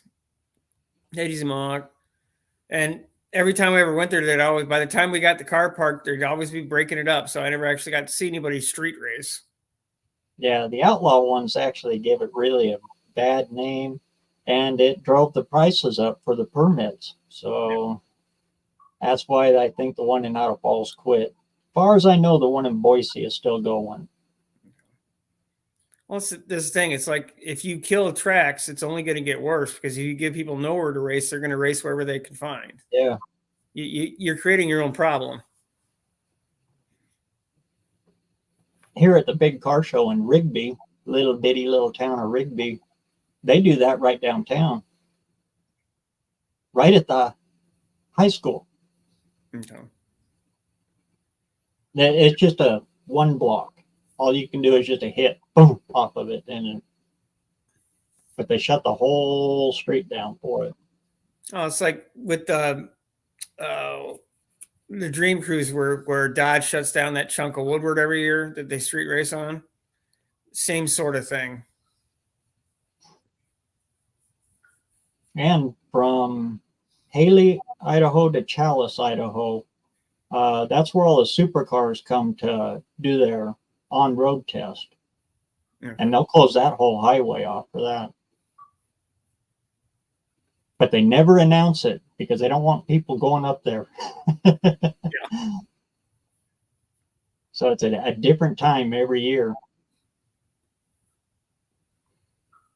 That's a fun highway to drive, though, because it follows the South Fork of the Salmon. Okay. And it's sheer cliff, mountain road. Sounds like Nantahala, I can't English today. Nantahala Valley, where North Carolina and Tennessee meet. It's all just rocks, and it's fun to drive unless there's a semi coming around a blind corner and you're on the outside. That's a pucker. It makes you pucker a little bit. Yeah, unfortunately, yeah. A lot of tracks are, if it's not the support they get on the track, it's the community support that's falling away from them. Yeah. There's still three fairly major one here. There's Ubley, which is kind of in the thumb. There's US 131, and then there's Milan. And I need to go to them as much as I can this summer and film or do whatever just to be out there and support them, so people know them. I think Doug's close to the US 131.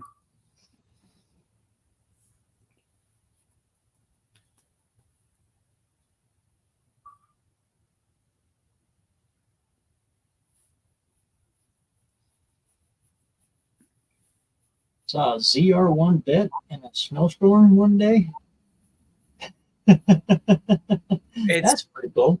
That's fairly common. When I see him, if I can film him, I do and put him up on the channel. But I worked at the Proving Grounds in Romeo with Ford, and they've got a whole road course set up there, but there's always things they can't really test for in the controlled environments.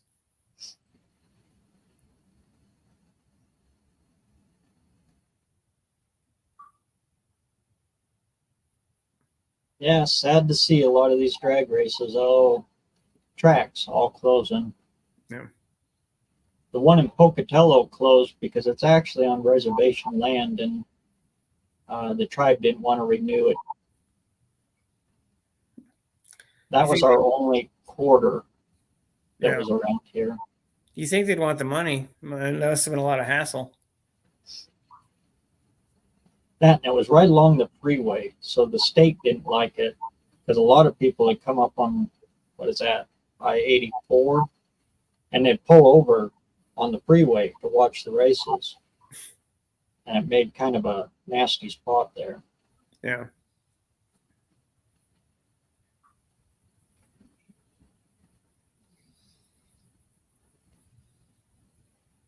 And then IMR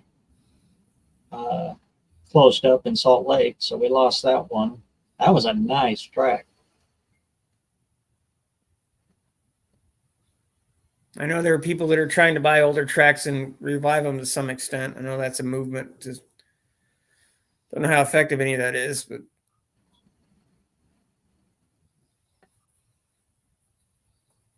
around here, you got to go pretty much to Boise to get a real decent track. There's a little bitty one in Otter Falls, but the owner of that track, he does zero advertising. So if you don't know it's out there, it's out on the lava beds. If you don't know it's there, you'll live here for years and not know there's a racetrack here. It's kind of interesting.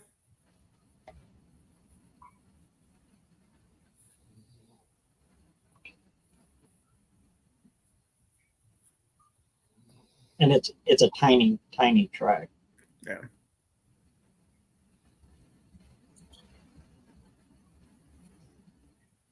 What? Street Outlaws were there. That was the only time everybody, whoa, there's a racetrack in Otter Falls. The Memphis one. What is his name? JJ something or another. I'm not. Is it one of those break-off ones? Because I know it turned into like 4 other shows. Yeah, it's one of the break-offs. Okay. I really don't know. Like I said, I've been out of TV for so long. I don't know what's even on anymore. And if it was on Discovery, I haven't had Motor Trend in about 2 years now too. So I haven't watched any of them. Well, they The got last time I seen those guys was when they were on the original one, back when they were just, guys that come in from different places. Yeah. That's the only time I seen them. I didn't see them on their own show. The Motor Trend channel had Top Gear, which I've always enjoyed watching their silly stuff. But then they got rid of that. They stopped the one good off-road show. And then their release schedule was so random. It's like, why am I... You release chunks of shows. It's like, I make a video every week. Kiss my ass. Like, you have an entire staff. Get your ass out there and do something. I actually got to meet, I was supposed to meet Tanner too, but Adam Pereira and Rutledge, the big guy. Those two guys are freaking great. Adam Pereira is one funny guy. Yeah. I'm actually surprised I haven't run into any of Faust or the other guy, the tall guy at PRI, because that seems to be where I would see them. That they'd both be, because they're both pretty heavily involved in motorsport racing. Yeah, I met him at Monster Jam World Finals in Vegas. Okay. We were there we were just set up display doing autographs, but they came in and they were auctioning off something for charity. They were doing something for charity up on the main stage. But those two guys, Pereira and Rutledge, after it was done, they went out through the crowd and they walked around and mingled and talked to everybody. That's cool. Tanner, he came in. I don't know if it was because he was really busy, could be schedules, maybe he had a race somewhere. He came in, did his thing, jumped in the car, and was gone. And he was real quick, just kind of a, hi, everybody, bye, gone. Well, he is a professional driver. He's quick at everything.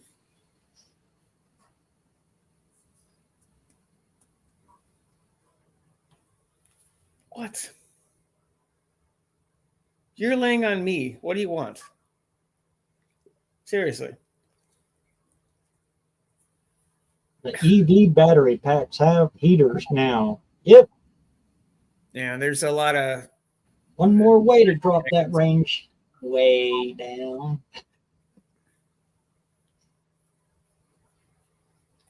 There's so much with the battery technology that it just... They don't have the bugs worked out. They probably never will to the real extent of making them a mass-produced, everybody's got one kind of thing. There's too many variables. There's a reason they went away in 1914. And the reason they went away is still the reason they're having today. I'm pretty sure they didn't burn down ships in parking lots though back then. So. Oh no, they were lead-based then. They just didn't have the range. Yeah.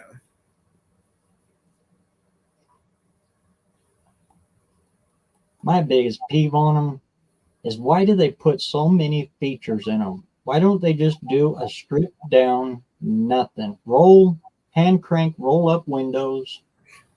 Because nobody buys that shit anymore. They've been conditioned not to. Other than you can buy special fleet vehicles and get that stuff, but otherwise I don't think they offer them offer that stuff as options on any car. Yeah. It's hard to get a pickup with roll up windows. Yeah. It's hard to get a standard cab. Anything. Yeah. And God forbid you want a stick shift. Holy crap. Exactly. Other than sports cars and Jeeps and heavy duty trucks, you almost don't have any options.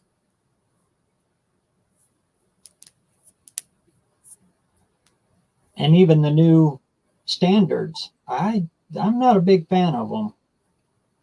The one in the Jeeps isn't bad. I haven't really had much experience with the newer stuff in sports cars or trucks, so it's basically the transmission of my 06 is the same that's in the new ones, the 6-speed. It's basically the same transmission. Yeah. Little tweaks here and there, but it's fine in mine. So.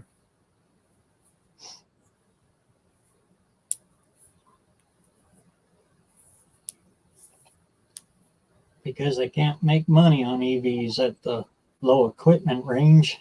Toyota's thinking of a manual electric car. That'd be interesting. Yeah. Well, why would you need a manual transmission in an electric car, though?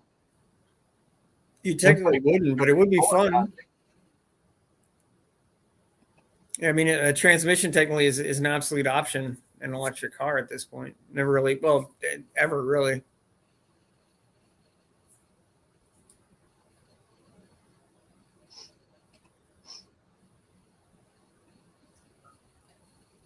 Yeah, that one took place over in China or something like that. That EV bus that blew up. Yeah, It was. I heard one burned down. I didn't hear that one blew up. it's like a tour bus. It's not like a school bus. You know, Yeah. It's all open sided. But oh yeah, it didn't take any time. And that sucker went. Yeah, no, thank you. EVs have a final gear drive. All right. Yeah.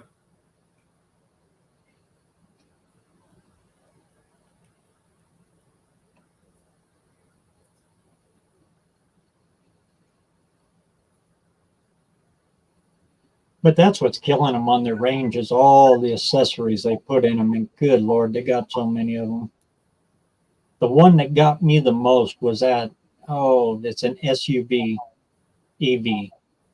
And it's got a 110 plug-in in the back of it. So you can open it up, have your campfire going and everything, and plug a microwave into it. That's what they do on the commercials. They plug a microwave into it. Yeah, they're all advertising it. Like when the Lightnings came out, they were saying you could run your job site off your truck.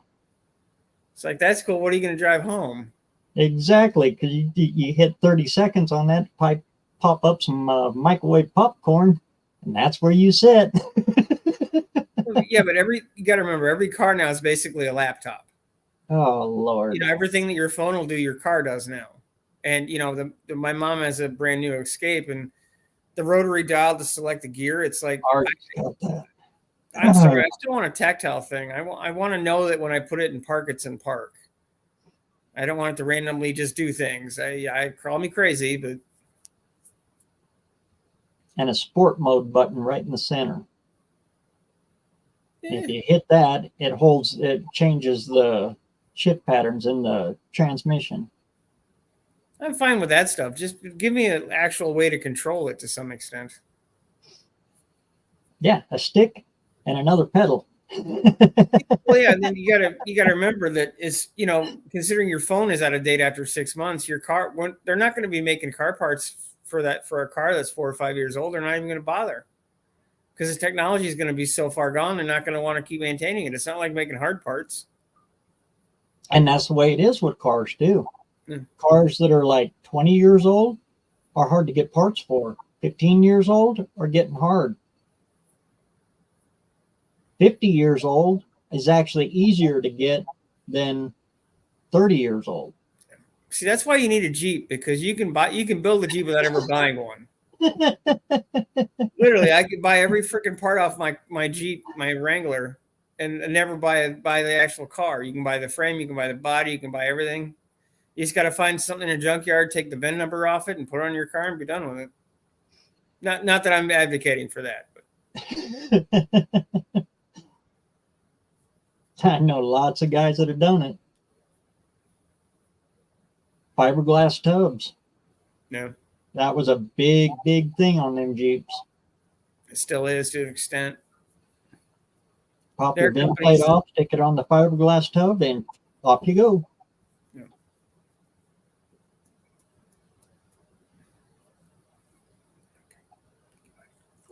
On the CJs and YJs and yeah, they're still making it to some extent, but with all the new body, everybody's so off-road crazy and everything's big cutouts and armor plating and armor in terms of like bashing against rocks, not against firearms or anything.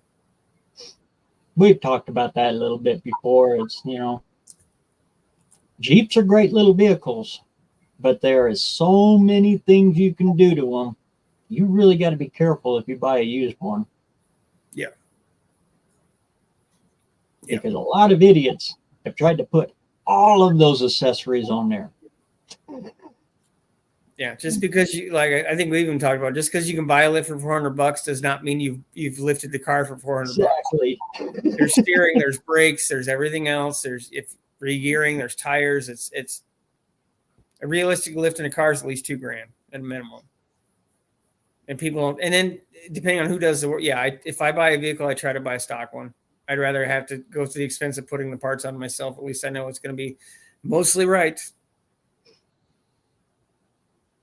Heck, it got to the point that I used to look for XJs with the 2.8 in them because nobody would do anything with the 2.8 one. The 4.0, they would rip them things to pieces, take them through the hills, through the mud, just beat the living tar out of them. A 2.8 or a 4-cylinder one, those stayed on the road.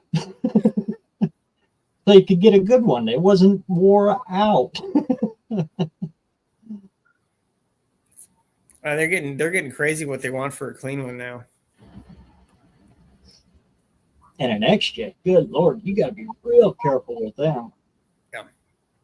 Oh yeah, trust me, I drive one every day. and the thing in my garage is half an XJ, so I'm learning all the foibles of the unibody 4x4.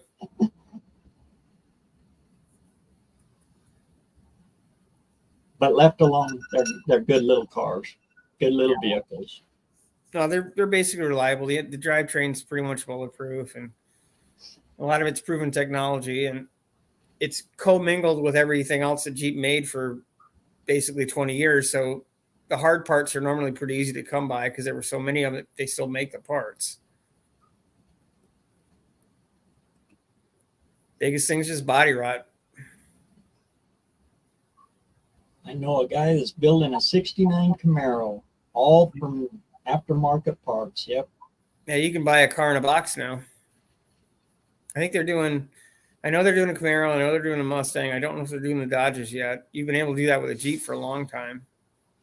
There's companies that they specialize in 70s Fords, Mustangs, Camaros, Blazers. They make them from scratch. Nothing's original stuff. They make all new parts. What's They his sell name? them. Dennis Carpenter. Dennis. Sounds familiar. If you ever watch Fast and Loud, Richard Rawlins, Dennis. That's him. Dennis Collins. Collins. Yeah. That's what he does. Yeah, he's got a company in Dallas that will sell you a Jeep one piece at a time if you want. Yeah, Collins Brothers Jeep. They've been. I bought parts for them long before I'd ever heard of him because they've been in business for 40 or 50 years. They had he's got a YouTube show too. It's pretty interesting. But yeah, they do nice work. And they have their own product line of parts and they restore stuff. But yeah, wouldn't be bad to go check them out at some point. He's got some nice stuff. I'm still looking for the right Scout from Mama Hoop. I love the Scouts. So I'd love to find one, but if you find one that's decent, they're too much money. And if you find one that isn't, you can't replace the parts that are broken unless you want to make them yourself. So the 880s aren't too bad. No. An 80? Yeah. They're harder to find stuff for. They're also a lot smaller. They're harder to fit aftermarket parts into because they are so much smaller. Not that you can't do it. 4-cylinders, all you can get in them. Yeah, and their 4-cylinder was half their V8. So yeah.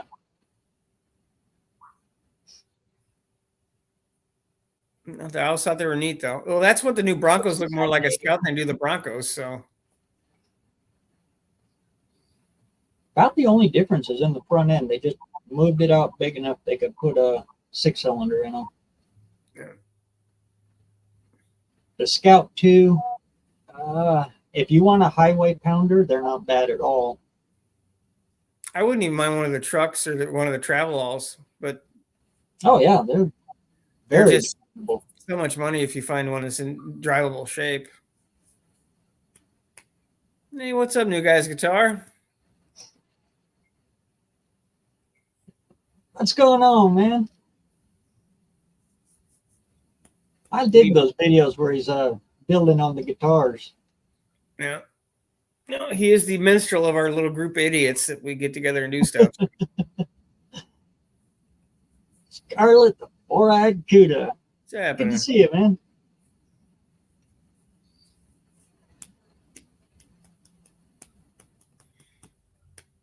I love the Swiss. Oh. Monteverde? Yeah, I'll go with that. Safari, retrofitted International Scout. Huh? Quite cool. I'll have to look that up. Never heard of them. The cool thing about a Scout is they have got, oh Lord, it's twice the thickness. It's probably 1/4 inch wall on their box frame. You cannot hurt a Scout frame. Well, you know, coming from guys that made tractors, you know, it does make sense. Because basically they were tractors or a tractor truck at one point. Yeah. Well, they were made for ranchers, farmers. Yeah. Go out and change your water with, or run ditches and fences.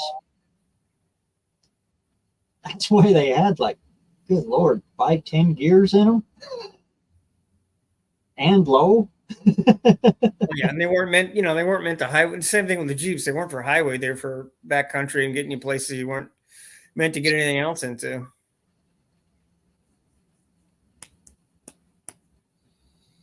Yeah, I've known plenty of Scouts that'll climb a tree with bald tires. But it takes you all day to get in the hills and all day to get out of the hills because they're so dang slow. That's the original crawlers. Okay, seriously.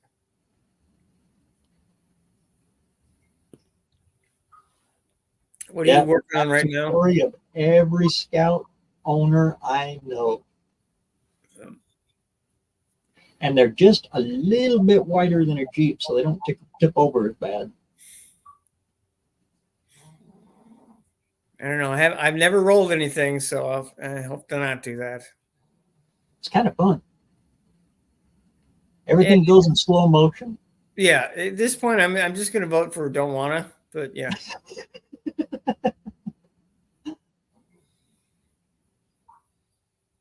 The ride is kind of fun, but the landing kind of sucks sometimes. yeah. It's not the fall. It's a sudden stop. What are you working on right now? Me, snow. Other than snow. Getting way too personal with my tractor. Ah, Nah, I got to get back out there and get to working on the 58 again. yeah. It's all Hopefully, there. I just got to get out there and do it. yeah. Been If it dealing with doesn't, my dad. He's been hit really hard this past couple of months, so it's kind of put the kibosh. no. Well, things take priority. So hopefully, if the weather just stays calm for a couple days, I can finally get the Chambler out and clean up the garage. Because good lord, is there a mess in there? Holy crap! It's way too small a space to be doing what I was doing in it.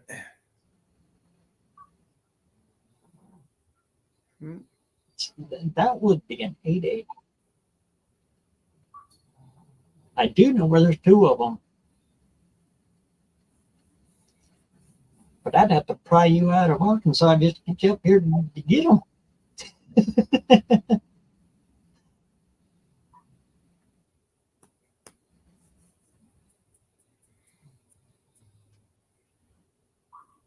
I know one's an 80. Yeah, that little black one's an 80. At one time, they were everywhere out here because the canal company, in fact, a lot of them still have the canal company logos on them. Okay. They just paint right over them and they slowly work their way back out. Yeah. There was a guy in my town there was a guy in my town that had a pretty nice one of the SUVs that was converted into a truck with a half cab. And it was nice enough that he drove it, and I always thought I'd stop by and, hey, if you ever sell it, I'll give him my number. And one day I drove by his house and it had been smashed. Somebody T-boned him. I was like, oh man. Picked up a 15 psi sensor and an RPM sensor, huh?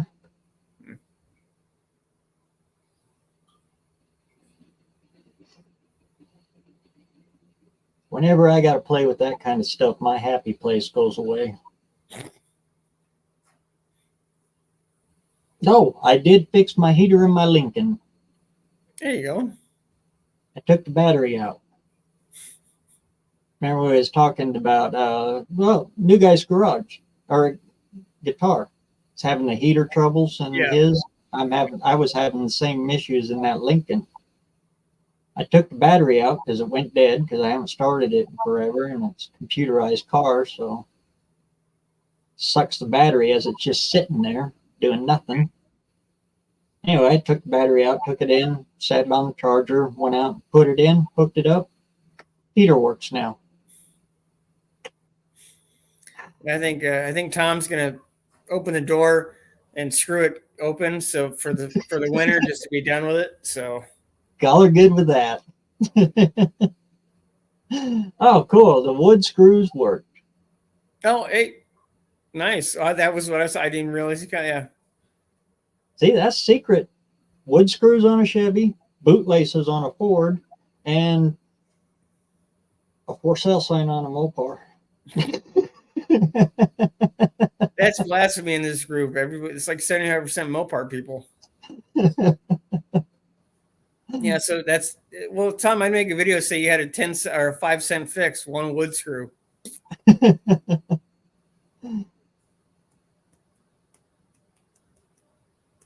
I used to do donuts in the in the school parking lot with a 78 Ram Charger, full-time 4-wheel drive.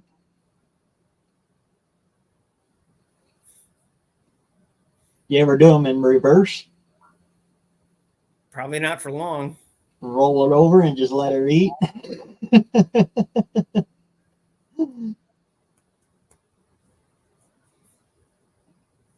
Easy there. Ooh. I love them all.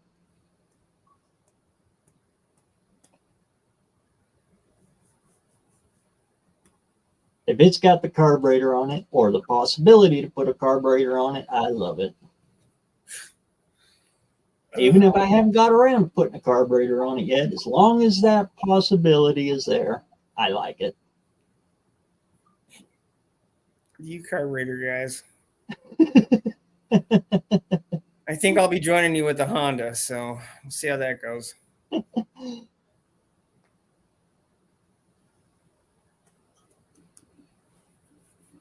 I just like the ease of being able to fix it when it breaks, because yeah, they all break. Oh, everything does. Anything mechanical. Yeah, I see something like that, and I lost 5 people just like that.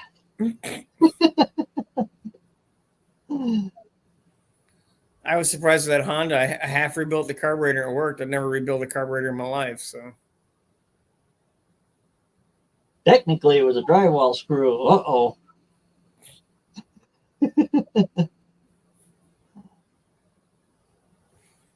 Well, at a certain point, whatever works is whatever works, so.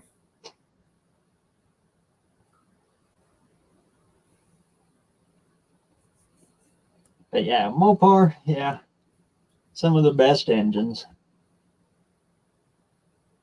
It's just it costs so dang much. I've always liked the way their trucks are styled, but they're so hard to get. At a certain point, you almost can't replace anything because nobody really makes the parts like they do for the Fords or Chevys. And if they wouldn't have skipped so many, I understand it was budget cuts and everything, so they had to cut corners in some places, but good Lord, like a vinyl top. Oh, they're nasty anyway, but why didn't they paint underneath it? I've come across that on a lot of old Mopars that you strip the vinyl top off and it's raw metal. They never even bothered to paint it. Yeah, the quality was not the first call for a lot of the big three through the 60s and 70s, even especially the 80s in some cases. Just little things like that. That's not really a little thing, though.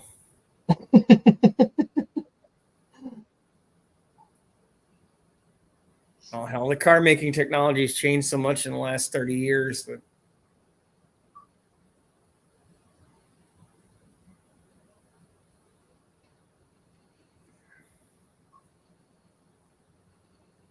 And now, good Lord, I still, when I'm riding in my wife's car, it's got the aluminum hood, real lightweight hood on it. You get up about 60, 70 mile an hour, that hood's over there just going like this. It's in my instinct to pull over and check the catch, make sure it looks like it's up on the safety catch. Yeah.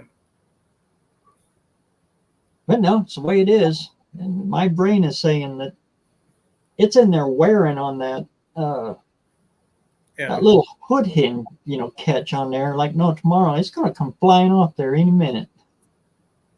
It's still weird to see the trucks that burn down in the junkyard because it looks like a pop can.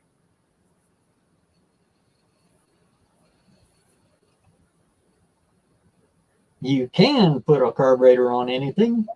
Not saying it'll work, just saying.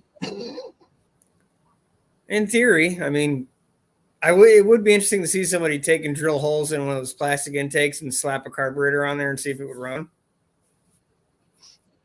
I scratched my noodle quite a few times looking at that 5.4 Triton because I had quite a few of them at a time. Yeah, I just decided it wasn't worth it. biggest problem would be the electronic ignition setup because you don't have a distributor to adjust. You have to have some sort of computer to run timing.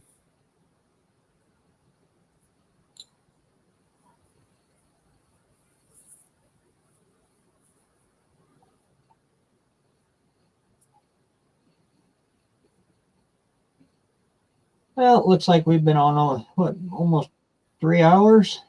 Wow, I didn't realize you were on that one. Shut her down here. I got to get supper started.